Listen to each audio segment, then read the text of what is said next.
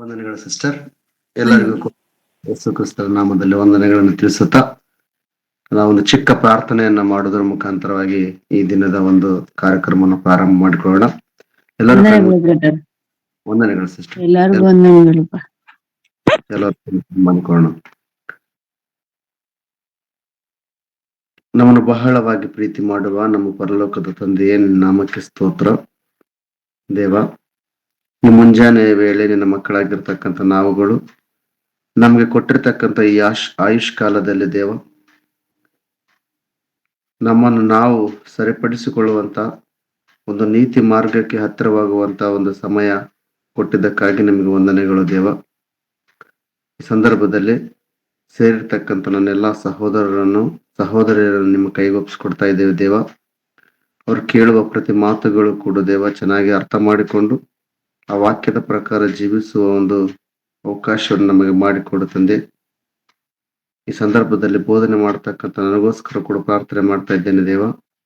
ನನ್ನ ಬಾಯಿಂದ ಬರುವಂತ ಮಾತುಗಳು ಕೇವಲ ಕಾಲ್ಪನಿಕ ಕಥೆಗಳಾಗಿ ಅಥವಾ ನನ್ನ ಮಾತುಗಳಾಗಿರದೆ ಅವು ನಿನ್ನ ಮಾತುಗಳು, ನಿನ್ನ ಮೌಲ್ಯಗಳನ್ನು ತಿಳಿಸ್ತಕ್ಕಂಥ ಉತ್ತಮವಾದ ಸಂದೇಶಗಳಾಗುವಂತೆ ನಿನ್ನ ಕೃಪೆಯನ್ನು ನೀಡುತ್ತಂದೆ ದೇವ. ಎಲ್ಲರಿಗೋಸ್ಕರ ಪ್ರಾರ್ಥಿಸುವನಾಗಿದ್ದೇನೆ. ಎಲ್ಲರ ಮನೋನೇತ್ರಗಳನ್ನು ತೆಗೆದು ಅರ್ಥ ಮಾಡಿಕೊಳ್ಳುವಂತ ಶಕ್ತಿಯನ್ನು ಅನುಗ್ರಹಿಸಿಕೊಡುತ್ತಂದೆ. ನಮ್ಮ ಪ್ರಾರ್ಥನೆ ಕೇಳಿದ್ದೀರಿ, ನಿಮಗೆ ವಂದನೆಗಳು. ಯೇಸು ನಾಮದಲ್ಲಿ ಪ್ರಾರ್ಥನೆಯನ್ನು ನಿಮಗೆ ಸಮರ್ಪಿಸುತ್ತೇವೆ ತಂದೆ, ಆಮೇಲೆ. ಕರ್ತನಲ್ಲಿ ಪ್ರೀತಿಯುಳ್ಳ ಸಹೋದರ ಸಹೋದರಿಯರೇ, ಇವತ್ತು ನಾವೆಲ್ಲರೂ ಕೂಡ ಒಂದು ಉತ್ತಮವಾದಂತಹ ಸಂದೇಶವನ್ನ ಕೇಳುವವರಾಗಿದ್ದೇವೆ. ನಿಮ್ಮೆಲ್ಲರಿಗೂ ಕೂಡ ಗೊತ್ತಿರುವಂತಹ ವಚನಗಳೇ, ಆದ್ರೆ ಆ ವಚನಗಳಲ್ಲಿರ್ತಕ್ಕಂಥ ಒಂದು ಸಾರಾಂಶವನ್ನ ಒಂದು ವಿಶಿಷ್ಟವಾಗಿ ನಮಗೆ ಬೇಕಾಗುವಂತ ರೀತಿಯಲ್ಲಿ ಸರಿಯಾದ ಕ್ರಮದಲ್ಲಿ ಇವತ್ತು ನಾವು ಅಧ್ಯಯನ ಮಾಡ್ತಿದ್ದೇವೆ ಪ್ರೇರೆ. ಇವತ್ತಿನ ವಿಷಯ ಶಾಸ್ತ್ರಿಗಳ ನೀತಿ ವರ್ಸಸ್ ದೇವರ ನೀತಿ.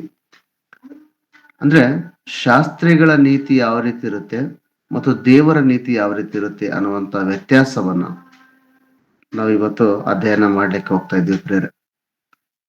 ಶಾಸ್ತ್ರಿಗಳು ಮತ್ತು ಪರಿಸಾಯರು ಅನ್ನುವಂತ ವರ್ಡ್ ನಮಗೆ ಬೈಬಲ್ನಲ್ಲಿ ಬಹಳ ಸ್ಪಷ್ಟವಾಗಿ ಕಾಣಿಸ್ತದೆ. ಸೊ ಆ ಶಾಸ್ತ್ರಿಗಳು ಮತ್ತು ಪರಿಸಾಯರು ಅಂದ್ರೆ ಯಾರು ಅಂತಂದ್ರೆ, ಯೇಸು ಕ್ರಿಸ್ತನು ಈ ಭೂಮಿ ಮೇಲೆ ಬರುವುದಕ್ಕಿಂತ ಮುಂಚೆ ದೇವರ ಕಾರ್ಯಕ್ರಮಗಳನ್ನ ನಡೆಸ್ತಕ್ಕಂಥ ಸಭಾಧ್ಯಕ್ಷರಾಗಿರ್ಬೋದು ಅಥವಾ ದೇವರ ಸೇವಕರಾಗಿರ್ಬೋದು ಪ್ರೇರೆ. ಇವ್ರನ್ನ ನಾವು ಶಾಸ್ತ್ರಿಗಳು ಮತ್ತು ಪರಿಸಾಯರು ಅಂತ ಹೇಳ್ತಿರ್ತೀವಿ.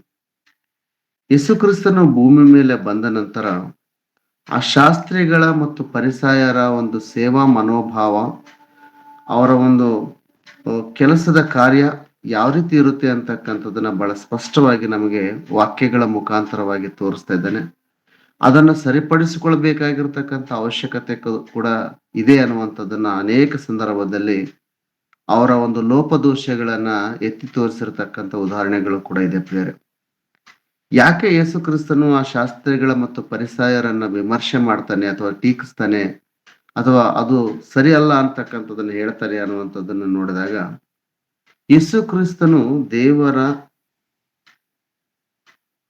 ಒಂದು ನೀತಿಯನ್ನ ಬಹು ಸ್ಪಷ್ಟವಾಗಿ ಪ್ರತಿಯೊಬ್ಬರು ಕೂಡ ಈಸಿಯಾಗಿ ಅರ್ಥ ಮಾಡಿಕೊಳ್ಳುವಂತ ವಿಧಾನಗಳನ್ನ ಯೇಸು ಕ್ರಿಸ್ತನು ಹೇಳ್ತಾನೆ ಪ್ರೇರೆ.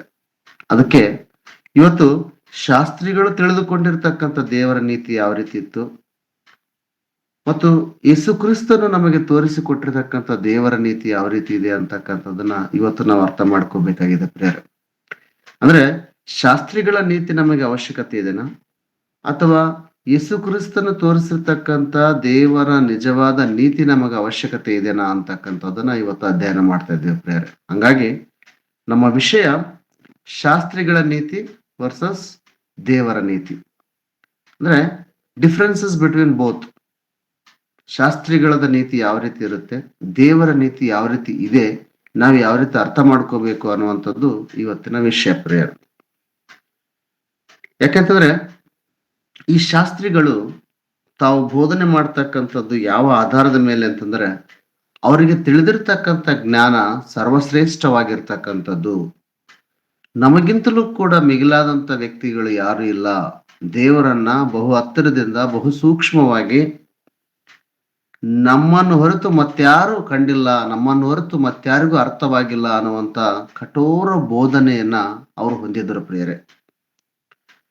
ಅದರ ಜೊತೆಗೆ ಆ ಶಾಸ್ತ್ರಿಗಳು ಮನುಷ್ಯರ ಮುಂದೆ ಬಹು ನೀತಿವಂತರಾಗಿ ಕಾಣುವಂಥದ್ದು ಕೂಡ ಅವರ ಪ್ರಮುಖ ಲಕ್ಷಣವಾಗಿತ್ತು ಪ್ರಿಯರೇ.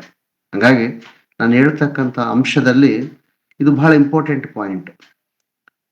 ಏನು ಶಾಸ್ತ್ರಿಗಳ ಒಂದು ಲಕ್ಷಣಗಳು ಯಾವ ರೀತಿ ಇತ್ತಂತಂದ್ರೆ, ಅಥವಾ ಶಾಸ್ತ್ರಿಗಳು ಅನುಸರಿಸ್ತಕ್ಕಂಥ ನೀತಿಗಳಲ್ಲಿ ಬಹುಮುಖ್ಯವಾಗಿರ್ತಕ್ಕಂಥ ನೀತಿ ಯಾವುದಂತಂದ್ರೆ, ಅವರು ಮನುಷ್ಯರ ಮುಂದೆ ನೀತಿವಂತರಾಗಿ ಕಾಣಿಸಿಕೊಳ್ಳತಕ್ಕಂಥದ್ದು. ಮನುಷ್ಯರ ಮುಂದೆ ನಾವೇ ನೀತಿವಂತರು, ನಾವೇ ಪರಿಶುದ್ಧರು ಅನ್ನುವಂತ ಒಂದು ನಂಬಿಕೆಯಲ್ಲಿ ಅಥವಾ ಆ ಒಂದು ಕಲ್ಪನೆಯಲ್ಲಿ ಅವರು ಬದುಕ್ತಾ ಇದ್ರು ಪ್ರಿಯರೇ. ಯಾರು? ಶಾಸ್ತ್ರಿಗಳು. ನಂಬರ್ 1. ಎರಡನೇದು, ನಾವೇ ಪವಿತ್ರರು, ನಾವೇ ಶ್ರೇಷ್ಠರು ಎಂಬ ಅಹಂಕಾರ ಅವರಲ್ಲಿತ್ತು ಪ್ರಿಯರೇ. ಮೊದಲನೇದಾಗಿ ನಾವೇ ನೀತಿವಂತರು, ಎರಡನೇದಾಗಿ ನಾವೇ ಶ್ರೇಷ್ಠರು, ನಾವೇ ಪವಿತ್ರರು ಅನ್ನುವಂತ ಅಹಂಕಾರ ಶಾಸ್ತ್ರಿಗಳಲ್ಲಿತ್ತು ಪ್ರಿಯರೇ. ನಾನು ನಿಮ್ಗೆ ಅನೇಕ ರೆಫರೆನ್ಸಸ್ಗಳನ್ನು ತೋರಿಸ್ತೀನಿ. ನಾನು ಕೇವಲ ಕೋಟ್ ಮಾಡಲ್ಲ. ಅವ್ರು ಯಾವ ರೀತಿ ಇದ್ರು ಅಂತಕ್ಕಂಥದ್ದನ್ನ ಸರಿಯಾದಂತ ವಾಕ್ಯದ ವಚನಗಳನ್ನು ತೋರಿಸುತ್ತಾ ಅವರ ನೀತಿಗೆ, ದೇವರ ನೀತಿಗೆ ಇರತಕ್ಕಂಥ ವ್ಯತ್ಯಾಸಗಳನ್ನು ನಾನು ನಿಮ್ಗೆ ಸ್ಪಷ್ಟವಾಗಿ ತೋರಿಸ್ಲಿಕ್ಕೆ ಇಷ್ಟಪಡ್ತೇನೆ ಪ್ರಿಯರೇ. ಮೂರನೇದಾಗಿ, ದೇವರ ಹೃದಯವನ್ನ ಅರ್ಥ ಮಾಡಿಕೊಳ್ಳದೆ ಕೇವಲ ಅವರು ಆಚಾರ ವಿಚಾರ ತಮ್ಮ ಕಲ್ಪನೆಗಳ ಮೂಲಕವಾಗಿ ಅವರ ನೀತಿಯನ್ನು ಈ ಭೂಲೋಕದಲ್ಲಿ ನೆರವೇರಿಸ್ತಕ್ಕಂಥವರಾಗಿದ್ದರು ಪ್ರಿಯರೇ. ಅಂದ್ರೆ ದೇವರ ಕುರಿತು ಸರಿಯಾದಂತ ಅವಗಾಹನೆ ಅವರಿಗಿಲ್ಲದೆ ಹೋಗಿರುವಂಥದ್ದು. ಅಂದ್ರೆ ದೇವರ ಹೃದಯವನ್ನ ಅಥವಾ ದೇವರ ಮನಸ್ಸನ್ನ ಅರ್ಥ ಮಾಡಿಕೊಳ್ಳದೆ ಕೇವಲ ತಮಗೆ ತಿಳಿದಂತ ಜ್ಞಾನವನ್ನ ಅಥವಾ ತಮಗೆ ಅನಿಸಿರ್ತಕ್ಕಂಥ ಜ್ಞಾನವನ್ನ ಅವರು ಪ್ರದರ್ಶನ ಮಾಡಿರ್ತಕ್ಕಂಥ ಉದಾಹರಣೆಗಳು ಕೂಡ ಇದಾವೆ ಪ್ರಿಯರೇ. ಮತ್ತು ನಾಲ್ಕನೇದಾಗಿ, ಅವರ ನಿಯಮ ನಿಷ್ಠೆಗಳು ಬಹಳಷ್ಟು ಫಾಲೋ ಮಾಡ್ತಾ ಇದ್ರು, ಅನುಸರಿಸ್ತಕ್ಕಂಥದ್ದನ್ನ ನಾವು ನೋಡ್ಲಿಕ್ಕೆ ಸಾಧ್ಯ ಆಗುತ್ತೆ ಪ್ರಿಯರೇ. ದೇವರ ಇಷ್ಟಾರ್ಥಗಳನ್ನ ಮರೆತು ಅವರು ಕಲ್ಪಿಸಿದ ನಿಯಮ ನಿಬಂಧನೆಗಳನ್ನ ಅನುಸರಿಸ್ತಕ್ಕಂಥದ್ರಲ್ಲಿ ಈ ಶಾಸ್ತ್ರಿಗಳು ಮತ್ತು ಪರಿಸಯರು ಒಂದು ಮೊದಲನೇ ಹಂತದಲ್ಲಿ ನಿಂತುಕೊಳ್ಳುವಂತವರಾಗಿದ್ದರು ಪ್ರಿಯರೇ. ಅದಾದ ನಂತರ ಈ ಶಾಸ್ತ್ರಿಗಳು ಮತ್ತು ಪರಿಸರಲ್ಲಿರ್ತಕ್ಕಂಥ ಮತ್ತೊಂದು ನೀತಿ ದಯೆ, ಕರುಣೆ, ಇತರರನ್ನ ವಿಮರ್ಶೆ ಮಾಡ್ತಕ್ಕಂಥದ್ದು ಬಹಳ ಸ್ಪಷ್ಟವಾಗಿ ಕಾಣಿಸ್ತಾ ಇತ್ತು ಪ್ರಿಯರೇ. ಅಂದ್ರೆ ಯಾರ ಮೇಲೆ ದಯೆ ಇಲ್ಲದೆ, ಯಾರ ಮೇಲೆ ಕರುಣೆ ಇಲ್ಲದೆ, ಇತರರನ್ನ ಈಸಿಯಾಗಿ ವಿಮರ್ಶೆ ಮಾಡ್ತಕ್ಕಂಥದ್ದು ಅಥವಾ ಇತರರನ್ನ ಅನೇಕ ಸಂದರ್ಭದಲ್ಲಿ ತಪ್ಪುಗಳಿಗೆ ಸಿಲುಕಿಸ್ತಕ್ಕಂಥ ಒಂದು ನೀತಿ ಈ ಶಾಸ್ತ್ರಿಗಳಿಗೆ ಮತ್ತು ಪರಿಸಯರಿಗೆ ಇತ್ತು ಅಂತಕ್ಕಂಥದ್ದನ್ನು ನಾವು ನೋಡ್ಲಿಕ್ಕೆ ಸಾಧ್ಯ ಆಗುತ್ತೆ. ಯಾಕಂದ್ರೆ ಅವರು ಕೇವಲ ಮನುಷ್ಯರನ್ನಷ್ಟೇ ಬಿಟ್ಟಿಲ್ಲ, ಯೇಸು ಕ್ರಿಸ್ತನನ್ನು ಕೂಡ ಬಿಟ್ಟಿಲ್ಲ ಪ್ರಿಯರೇ. ಕೇವಲ ಮನುಷ್ಯರನ್ನಷ್ಟೇ ವಿಮರ್ಶೆಗೆ ಒಳಪಡಿಸಲಿಲ್ಲ, ಬದಲಾಗಿ ಯೇಸು ಕ್ರಿಸ್ತನನ್ನು ಕೂಡ ಅನೇಕ ಸಂದರ್ಭದಲ್ಲಿ ವಿಮರ್ಶೆಗೆ ಒಳಪಡಿಸಿ ಆತನಿಗೆ ಅನೇಕ ಸಂದರ್ಭದಲ್ಲಿ ಆ ನಿಯಮ ನಿಷ್ಠೆಗಳ ಅನುಸಾರವಾಗಿ ಆತನಿಗೆ ಸಿಕ್ಕಿಸಬೇಕಂತಕ್ಕಂಥ ತಂತ್ರಗಳನ್ನ ಹೂಡಿರ್ತಕ್ಕಂಥವ್ರು ಬೇರೆ ಯಾರಲ್ಲ, ಇದೇ ಶಾಸ್ತ್ರಿಗಳು ಮತ್ತು ಪರಿಸಯರ ಪ್ರಿಯರೇ. ಸೊ ಈ ಲಕ್ಷಣಗಳನ್ನು ಹೊಂದಿರತಕ್ಕಂಥ ಯಾವ ಲಕ್ಷಣಗಳು? ನಾವೇ ನೀತಿವಂತರು ಅಂತೇಳಿ ಹೇಳ್ಕೊಳ್ಳುವಂತ ಲಕ್ಷಣ, ಅಹಂಕಾರದಿಂದ ಕೂಡಿದ ನಾವೇ ಶ್ರೇಷ್ಠರು, ನಾವೇ ಪವಿತ್ರರು ಅಂತಕ್ಕಂಥ ಒಂದು ನೀತಿಯಿಂದ ಕೂಡಿದ, ದೇವರ ಹೃದಯವನ್ನು ಅರ್ಥ ಮಾಡಿಕೊಳ್ಳದೆ ಕೇವಲ ನಿಯಮಗಳನ್ನ ಅನುಸರಿಸಿ ನಡೀತಕ್ಕಂಥ ಒಂದು ನೀತಿಗಳಿಗೆ, ಮತ್ತು ದಯೆ, ಕರುಣೆ ಮತ್ತು ಇತರರನ್ನ ವಿಮರ್ಶೆ ಮಾಡ್ತಕ್ಕಂಥ ಅಂಶಗಳನ್ನು ಹೊಂದಿರತಕ್ಕಂಥ ಈ ಶಾಸ್ತ್ರಿಗಳ ನೀತಿ ಯಾವ ರೀತಿ ಇತ್ತು, ಅದನ್ನ ನಮ್ಮ ಕರ್ತನಾದ ಯೇಸು ಕ್ರಿಸ್ತನ ಯಾವ ರೀತಿ ಸರಿಪಡಿಸಿದನು ಅಂತಕ್ಕಂಥ ಅಂಶವನ್ನ ಇವತ್ತು ನಾವು ಅಧ್ಯಯನ ಮಾಡಬೇಕಾಗಿರ್ತಕ್ಕಂಥ ಪ್ರಮುಖ ಪಾಠ ಆಗಿದೆ ಪ್ರಿಯರೇ. ಆದುದರಿಂದ ನನ್ನ ಪ್ರೀತಿಯ ಸಹೋದರ ಸಹೋದರಿಯರೇ, ಇವತ್ತು ನಾವು ಅಧ್ಯಯನ ಮಾಡ್ತಕ್ಕಂಥ ಅಥವಾ ನಾವು ತಿಳಿದುಕೊಳ್ತಕ್ಕಂಥ ಒಂದು ಅಂಶ ಬಹಳ ಅತ್ಯುತ್ತಮವಾಗಿರ್ತಕ್ಕಂಥ ವಿಷಯವಾಗಿದೆ ಪ್ರೇರೆ. ನಾವೆಲ್ಲರೂ ಕೂಡ ಬಹಳ ಗಮನದಲ್ಲಿಟ್ಟುಕೊಂಡು ಬಹಳ ಸ್ಪಷ್ಟವಾಗಿ ನಾವು ವಾಕ್ಯಗಳನ್ನ ಅರ್ಥ ಮಾಡಿಕೊಂಡು ಇವತ್ತು ನಾವು ಬದಲಾಗಬೇಕಾಗಿರ್ತಕ್ಕಂಥದ್ದು ಏನಾದರೂ ಅನಿಸುತ್ತಂತಾರೆ ಖಂಡಿತವಾಗ್ಲೂ ಕೂಡ ನಾವು ಬದಲಾಗಲೇಬೇಕಾಗಿದೆ ಪ್ರಿಯರೇ. ಅಂತ ಒಂದು ದೇವರ ನೀತಿಯನ್ನ ಇವತ್ತು ನಾವು ಅಧ್ಯಯನ ಮಾಡೋಣ ಪ್ರಿಯರೇ. ಮೊದಲನೇದಾಗಿ ಈ ಶಾಸ್ತ್ರಿಗಳ ನೀತಿಯಲ್ಲಿ ಅವರು ಮೊದಲನೇದಾಗಿ ಅಟ್ಯಾಕ್ ಮಾಡ್ತಕ್ಕಂಥ ಒಂದು ಸಂದರ್ಭ ಮತ್ತಾಯನು ಬರೆದಂತ ಸುವಾರ್ತೆ 6ನೇ ಅಧ್ಯಾಯ 16ನೇ ವಚನ ಪ್ರಿಯರೇ. ಮತ್ತಾಯನು ಬರೆದಂತ ಸುವಾರ್ತೆ 6ನೇ ಅಧ್ಯಾಯ 16ನೇ ವಚನವನ್ನು ನಾವು ನೋಡೋಣ ಪ್ರಿಯರೇ. ಇದಲ್ಲದೆ ನೀವು ಇದಲ್ಲದೆ ನೀವು ಉಪವಾಸ ಮಾಡುವಾಗ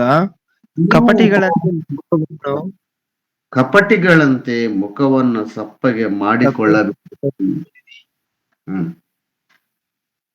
ನೆಕ್ಸ್ಟ್, ಅವರು ತಾವು ಉಪವಾಸಗಳೆಂದು ಜನರಿಗೆ ತೋರುವುದಕ್ಕಾಗಿ ತಮ್ಮ ಮುಖವನ್ನು ವಿಕಾರ ಮಾಡಿಕೊಳ್ಳುತ್ತಾರೆ.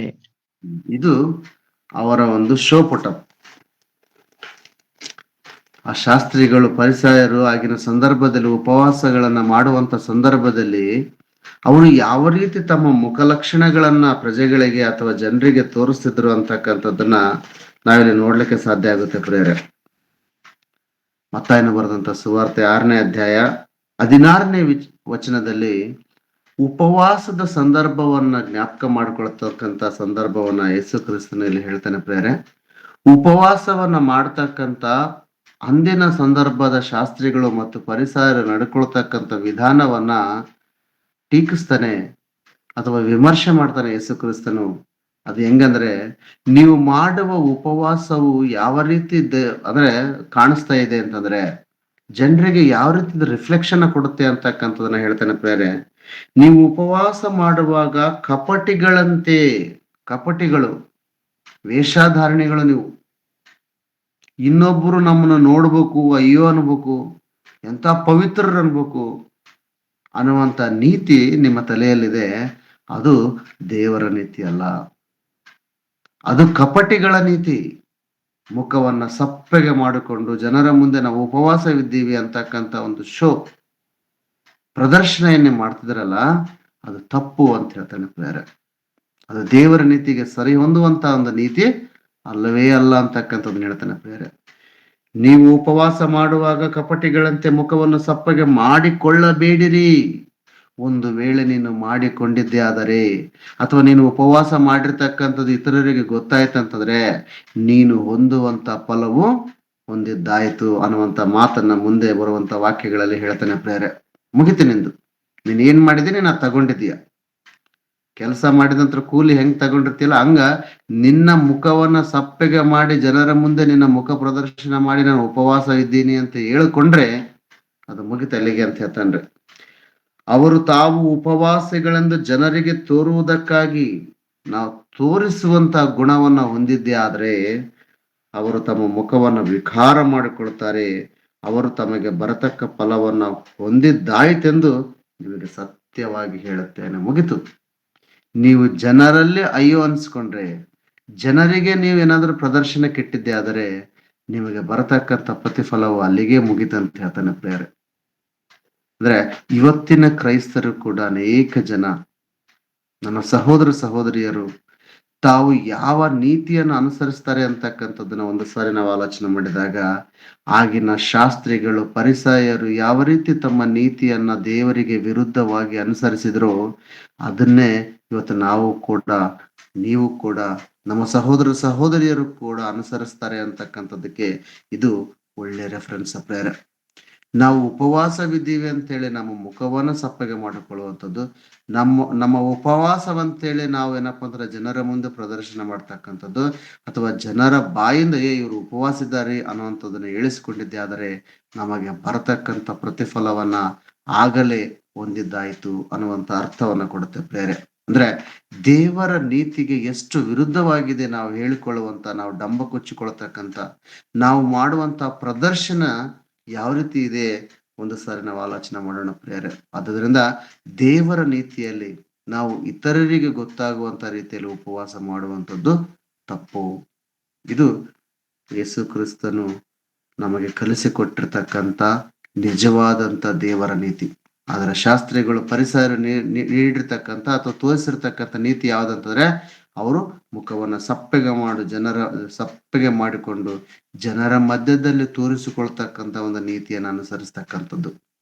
ಸೊ ನಾವು ಒಂದು ವೇಳೆ ಆ ರೀತಿ ನಮ್ಮ ಪ್ರದರ್ಶನವನ್ನ ಜನರ ಮುಂದೆ ಇಟ್ಟಿದ್ದೆ ಆದರೆ ಅದು ಶಾಸ್ತ್ರಿಗಳ ನೀತಿ. ಒಂದು ವೇಳೆ ನೀನು ಆ ತರ ಮಾಡಿದ್ದೆ ಆದರೆ ನಿನಗೆ ಬರ್ತಕ್ಕಂಥ ಪ್ರತಿಫಲವನ್ನು ನೀನು ಹೊಂದಿದ್ದಾಯ್ತು ಅನ್ನುವಂಥದ್ದನ್ನ ದೇವರು ಹೇಳ್ತಾನೆ. ಹಾಗಾಗಿ ಆ ನೀತಿ ಯಾವ ರೀತಿ ಇತ್ತು, ಅದನ್ನ ಯಾವ ರೀತಿ ಸರಿಪಡಿಸ್ಕೋಬೇಕು ಅನ್ನುವಂಥದ್ದು ಒಂದು ಉದಾಹರಣೆ ಪ್ರಿಯರೇ. ಎರಡನೇ ಸಂದೇಶವನ್ನು ನಾವು ನೋಡೋಣ ಪ್ರಿಯರೇ. ಅದೇ ಮತ್ತಾಯನು ಬರೆದಂತ ಸುವಾರ್ತೆ 6ನೇ ಅಧ್ಯಾಯ 2ನೇ ವಚನವನ್ನು ನೋಡೋಣ ಪ್ರಿಯರೇ. ಅದೇ ಮತ್ತಾಯನು ಬರೆದಂತ ಸುವಾರ್ತೆ 6ನೇ ಅಧ್ಯಾಯ 2ನೇ ವಚನವನ್ನು ನಾವು ನೋಡೋಣ ಪ್ರಿಯರೇ. ಆದದರಿಂದ ನೀನು ಧರ್ಮ ಕೊಡುವಾಗ ನಿನ್ನ ನೀನು ಮುಂದೆ ಬೋಧಿಸಬೇಡ, ಜನರಿಂದ ಹೊಗಳಿಸಿಕೊಳ್ಳಬೇಕೆಂದು ಕಪಟಿಗಳು ಸಭಾಮಂದಿರಗಳಲ್ಲಿಯೂ ಬೀದಿಗಳಲ್ಲಿಯೂ ಹಾಗೆ ಮಾಡುತ್ತಾರೆ.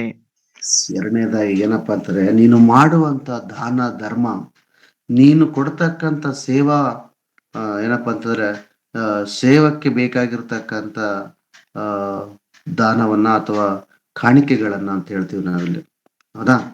ಸೊ ನೀವು ಧರ್ಮ ಕೊಡುವಾಗ, ನೀವು ಯಾರಿಗಾದ್ರೂ ಸಹಾಯ ಮಾಡಬೇಕು ಅನ್ನುವಂತ ಒಂದು ಅನಿಸಿಕೆ ನಿಮ್ಮಲ್ಲಿ ಬಂತು ಅಂತಂದ್ರೆ, ನೀವು ಮಾಡುವಂತ ದಾನ ಅಥವಾ ನೀವು ಕೊಡುವಂತ ಆ ಧರ್ಮ ಇನ್ನೊಬ್ಬರಿಗೆ ಗೊತ್ತಾಗುವಂತ ರೀತಿಯಲ್ಲಿ ಇರಬಾರ್ದು ಅಂತ ಹೇಳ್ತಾನ್ರಿ. ನಿನ್ನ ಬಲಗೈಯಿಂದ ಕೊಟ್ಟಿದ್ದೆ ಆದರೆ ಅದು ಎಡಗೈಗೆ ಗೊತ್ತಾಗಬಾರದು ಅನ್ನುವಂಥ ವಾಕ್ಯವನ್ನು ನಾವು ಬೈಬಲ್ ನಲ್ಲಿ ನೋಡ್ತೀವಿ ಪ್ರೇರ. ಎಷ್ಟು ಕಠೋರವಾಗಿದೆ ನೋಡ್ರಿ ಇದು ಕಾನೂನು. ಹೌದಾ? ನಾವು ಮಾಡುವಂತ ದಾನ ಧರ್ಮದ ವಿಷಯದಲ್ಲಿ ಕೂಡ ನಾವು ಯಾವ ರೀತಿ ಸ್ವಾಸ್ಥತೆಯನ್ನು ಹೊಂದಿರಬೇಕು, ನಾವು ಯಾವ ರೀತಿ ಆ ಒಂದು ಕ್ರಿಯೆಯನ್ನ ಮಾಡ್ಬೇಕು ಅಂತಕ್ಕಂಥದ್ದನ್ನ ಯೇಸು ಕ್ರಿಸ್ತನು 6ನೇ ಅಧ್ಯಾಯ 2ನೇ ವಚನದಲ್ಲಿ ಹೇಳ್ತಾನ್ರಿ. ಏನಂತ ಹೇಳ್ತಾನಪ್ಪ ಅಂತಾರೆ, ನೀವು ಧರ್ಮ ಕೊಡುವಾಗ ನಿನ್ನ ಮುಂದೆ ಕೊಂಬೂದಿಸಬೇಡ, ಅನೌನ್ಸ್ಮೆಂಟ್ ಮಾಡಬೇಡ. ಕೊಂಬೂದಿಸಬೇಡ ಅಂದ್ರೆ ಅರ್ಥ ಏನ್ರಿ? ಅನೌನ್ಸ್ಮೆಂಟ್ ಮಾಡಬೇಡ. ನಾನು ಇಷ್ಟು ಕೊಟ್ಟಿದ್ದೀನಿ, ಅಷ್ಟು ಕೊಟ್ಟಿದ್ದೀನಿ, ಚರ್ಚಿಗೆ ಅದು ಕೊಟ್ಟಿದ್ದೀನಿ, ಇದು ಕೊಟ್ಟಿದ್ದೀನಿ ಅಂತ ಹೇಳಿ ಈ ಮೈಕ್ ನಲ್ಲಿ ಇಟ್ಕೊಂಡು ಹೇಳ್ತಿರ್ತಾರೆ ನೋಡ್ರಿ ಚರ್ಚ್ಗಳಲ್ಲಿ, ಹೌದಾ? ನಮ್ಮ ಮೆಥಡಿಸ್ಟ್ ಚರ್ಚ್ಗಳಲ್ಲಿ ಹೇಳ್ತಿರ್ತಾರೆ ಏನು, ಕಾಣಿಕೆಗಳನ್ನು ಕೊಟ್ಟಂತ ಸಂದರ್ಭದಲ್ಲಿ ಒಂದು ವಾರ ಈ ವಾರ ಕೊಟ್ಟಿದ್ದಂದ್ರೆ ನೆಕ್ಸ್ಟ್ ವಾರದಲ್ಲಿ ಮೈಕ್ನಲ್ಲಿ ಅನೌನ್ಸ್ಮೆಂಟ್ ಮಾಡ್ತಾರೆ ಪ್ರೇಯರ್. ಇಂಥ ಕುಟುಂಬದವರು ಇಷ್ಟು ದೇವರಿಗೆ ಕಾಣಿಕೆ ಕೊಟ್ಟಿದ್ದಾರೆ, ಇದು ಕೊಟ್ಟಿದ್ದಾರೆ, ಅದು ಕೊಟ್ಟಿದ್ದಾರೆ ಅಂತ ಹೇಳಿ. ಆದ್ರೆ ಇದು ಕೂಡ ಮಾಡಿಸ್ಬಾರ್ದು ಅಂತ ಹೇಳ್ತಾನ್ರಿ. ನೀವು ದೇವರಿಗೆ ಕೊಟ್ಟಿರ್ತಕ್ಕಂಥ ಯಾವುದೇ ಒಂದು ದಾನದ ವಿಷಯದಲ್ಲಿ, ಧರ್ಮದ ವಿಷಯದಲ್ಲಿ ಅದನ್ನ ನೀನು ಕೊಂಬೂದಿಸಬೇಡ. ಜನರಿಂದ ಹೊಗಳಿಸಿಕೊಳ್ಳಬೇಕೆಂದು ಕಪಟಿಗಳು, ಯಾರು ಆ ತರ ಊದಿಸಿಕೊಳ್ತಕ್ಕಂಥವ್ರು, ಆ ರೀತಿ ಅನೌನ್ಸ್ಮೆಂಟ್ ಗಳನ್ನ ಮಾಡಿಸಿಕೊಳ್ತಕ್ಕಂಥವ್ರು ಯಾರಪ್ಪ ಅಂದ್ರೆ ಕಪಟಿಗಳು ಅಂತ ಹೇಳ್ತಾನ್ರಿ. ಕಪಟಿಗಳವ್ರು, ದೇವರ ನೀತಿಗೆ ವಿರುದ್ಧವಾಗಿ ನಡೀತಕ್ಕಂಥವ್ರು. ಒಂದು ವೇಳೆ ನೀನು ಆ ರೀತಿ ಕೊಂಬೂದಿಸುವಂಥದ್ದನ್ನೇನಾದ್ರೂ ಮಾಡಿದ್ದೆ ಆದರೆ, ಜನರಿಂದ ಹೊಗಳಿಸಿಕೊಳ್ಳಬೇಕೆಂದು ಕಪಟಿಗಳು ಸಭಾಮಂದಿರಗಳಲ್ಲಿಯೂ ಬೀದಿಗಳಲ್ಲಿಯೂ ಹಾಗೆ ಮಾಡುತ್ತಾರೆ. ಹಾಗೆ ಮಾಡ್ತಕ್ಕಂಥವ್ರು ಯಾರಪ್ಪ ಅಂತಂದ್ರೆ ಕಪಟಿಗಳು. ಅವ್ರು ಎಲ್ಲಿ ಓದಿಸ್ತಾರೆ? ಸಭಾ ಮಂದಿರಗಳಲ್ಲಿ ಅಥವಾ ಬೀದಿಗಳಲ್ಲಿ. ಇವ್ರು ಹಿಂಗ್ ಮಾಡ್ಯಾರಿ, ಚರ್ಚಿಗೆ ಇದು ಡೊನೇಟ್ ಮಾಡ್ಯಾರಿ, ಅಷ್ಟು ಕೊಟ್ಟಾರ್ರಿ, ಇಷ್ಟು ಕೊಟ್ಟಾರಿ ಅಂತೇಳಿ ಮಾಡ್ತಕ್ಕಂಥ ವಿಧಾನ ಆಗಿನ ಶಾಸ್ತ್ರಿಗಳು ಮತ್ತು ಪರಿಸರಲ್ಲಿತ್ತು. ಒಂದು ವೇಳೆ ನೀನು ಇವತ್ತಿನ ದಿನಗಳಲ್ಲಿ ಆ ರೀತಿಯಾಗಿರ್ತಕ್ಕಂಥ ಒಂದು ಕಪಟಿ ಧಾರಣೆಯನ್ನು ನೀನು ಅನುಸರಿಸಿದ್ದೆ ಆದರೆ, ನೀನು ದೇವರ ನೀತಿಗೆ ವಿರುದ್ಧವಾಗಿ ನಡೆದು ಶಾಸ್ತ್ರಿಗಳ ಪರಿಸಾಯರ ನೀತಿಗೆ ಸಂಬಂಧಪಟ್ಟಿರ್ತಕ್ಕಂಥ ವ್ಯಕ್ತಿ ಅನ್ನುವಂಥದ್ದು ಇಲ್ಲಿ ನಮಗೆ ಬಹಳ ಸ್ಪಷ್ಟವಾಗಿ ಕಾಣಿಸುತ್ತದೆ. ಆದುದರಿಂದ ನನ್ನ ಪ್ರೀತಿಯ ಸಹೋದರ ಸಹೋದರಿಯರೇ, ನಾವು ದೇವರ ನೀತಿಯಲ್ಲಿ ನಡಿಬೇಕಂತಂದ್ರೆ ನಾವು ವೇಷಧಾರಣೆಗಳಂತೆ ಅಥವಾ ಕಪಟಿಗಳಂತೆ ನಾವು ಮಾಡುವ ದಾನ ಧರ್ಮಗಳನ್ನ ಬೀದಿಗಳಲ್ಲಿ ಸಭಾ ಮಂದಿರಗಳಲ್ಲಿ ಹೇಳದೆ ನಾವು ದೇವರಿಗೆ ನಮ್ಮ ಒಡಂಬಡಿಕೆಯನ್ನ ಮಾಡಿಕೊಳ್ಳಬೇಕಾಗಿದೆ. ನಾವು ಕೊಟ್ಟಿರ್ತಕ್ಕಂಥ ಪ್ರತಿಯೊಂದು ಕೂಡ ದೇವರ ಲೆಕ್ಕಕ್ಕೆ ಸಂಬಂಧಪಟ್ಟಿರ್ತಕ್ಕಂಥದ್ದು ಅನ್ನುವಂಥ ವಿಶ್ವಾಸದಲ್ಲಿ ನಾವು ಮುಂದೆ ಸಾಗಿ ನಮಗೆ ಸಾಧ್ಯವಾದಷ್ಟು ದಾನ ಧರ್ಮಗಳನ್ನ ಮಾಡುವಂತವರಾಗಿ ನಾವಿರಬೇಕಾಗುತ್ತೆ ಪ್ರೇರೆ. ಇದು 2ನೇ ಪಾಯಿಂಟ್. ಮತ್ತೆ 3ನೇದಾಗಿ ನಾವು ಮಾತಾಡಿದಾಗ ಪ್ರೇರೆ, ಇದೇ ಮತ್ತಾಯನು ಬರೆದಂತ ಸುವಾರ್ತೆ 15ನೇ ಅಧ್ಯಾಯ 3ನೇ ಒಂದು ಭಾಗವನ್ನು ನಾವು ನೋಡೋಣ ಪ್ರೇರೆ. 3ನೇ ಒಂದು ದೇವರ ನೀತಿ ಮತ್ತಾಯನ ಬರೆದಂತ ಸುವಾರ್ತೆ 15ನೇ ಅಧ್ಯಾಯ 8 ಮತ್ತು 9ನೇ ವಚನವನ್ನ ನಾವು ನೋಡೋಣ ಪ್ರೇರೆ. 8 ಈ ಮತ್ತು 9. ಈ ಜನರು ಮನಸ್ಸಿನಿಂದ ನನ್ನನ್ನು ಸನ್ಮಾನಿಸುತ್ತಾರೆ, ಆದರೆ ಅವರ ಮನಸ್ಸು ನನಗೆ ದೂರವಾಗಿದೆ. ಮನುಷ್ಯರು ಕಲ್ಪಿಸಿದ ಕಟ್ಟಳೆಗಳನ್ನೇ ಅವರು ಬೋಧಿಸುವುದರಿಂದ ನನಗೆ ಭಕ್ತಿ ತೋರಿಸುವುದು ವ್ಯರ್ಥ ಎಂಬುದೇ. ಎಂತ ಅದ್ಭುತವಾದಂತ 2 ಪಾಯಿಂಟ್ಸ್ ಹೇಳ್ತಾನೆ ಪ್ರೇರಲ್ಲಿ ಯೇಸು ಕ್ರಿಸ್ತನು. ದೇವರ ನೀತಿಯಲ್ಲಿ ನಡೆಯುವಂತ ವ್ಯಕ್ತಿಗೂ ಮತ್ತು ಶಾಸ್ತ್ರಿಗಳ ಪರಿಸಾಯರ ನೀತಿಯಲ್ಲಿ ವ್ಯಕ್ತಿಗಳ ವ್ಯತ್ಯಾಸವನ್ನ ಯೇಸು ಕ್ರಿಸ್ತನು ಬಹಳ ಸ್ಪಷ್ಟವಾಗಿ ಹೇಳ್ತಾನೆ. ಅದೇನಂತಂದ್ರೆ, ಈ ಜನರು, ಯೇಸು ಕ್ರಿಸ್ತನು ಜನರನ್ನು ಉದ್ದೇಶಿಸಿ ಹೇಳ್ತಾನೆ, ಮಾತಿನಿಂದ ನನ್ನನ್ನು ಸನ್ಮಾನಿಸುತ್ತಾರೆ.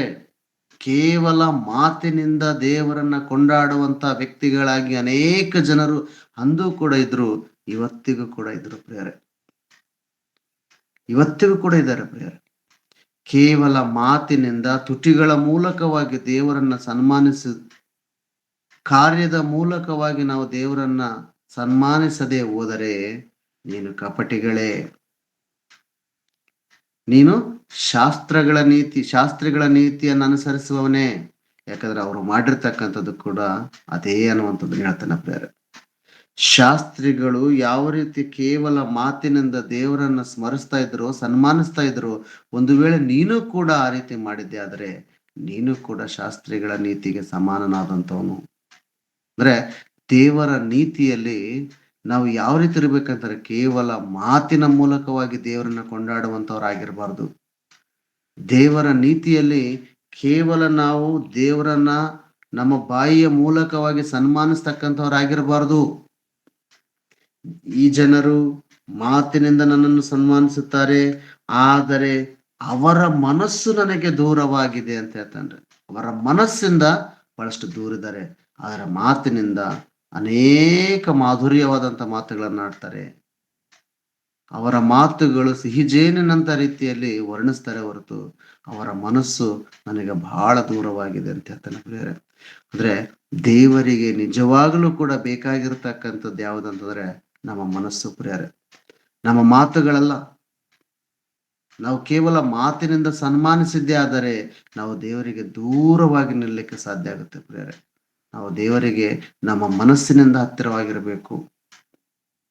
ದೇವರಿಗೆ ಬೇಕಾಗಿರ್ತಕ್ಕಂಥದ್ದು ನಮ್ಮ ನಿಷ್ಕಲ್ಮಶವಾದಂತ ಮನಸ್ಸು ಹೊರತು ನಿನ್ನ ಮಾಧುರ್ಯವಾದಂತ ಮಾತುಗಳು ಅಲ್ಲ ಪ್ರಿಯರೇ.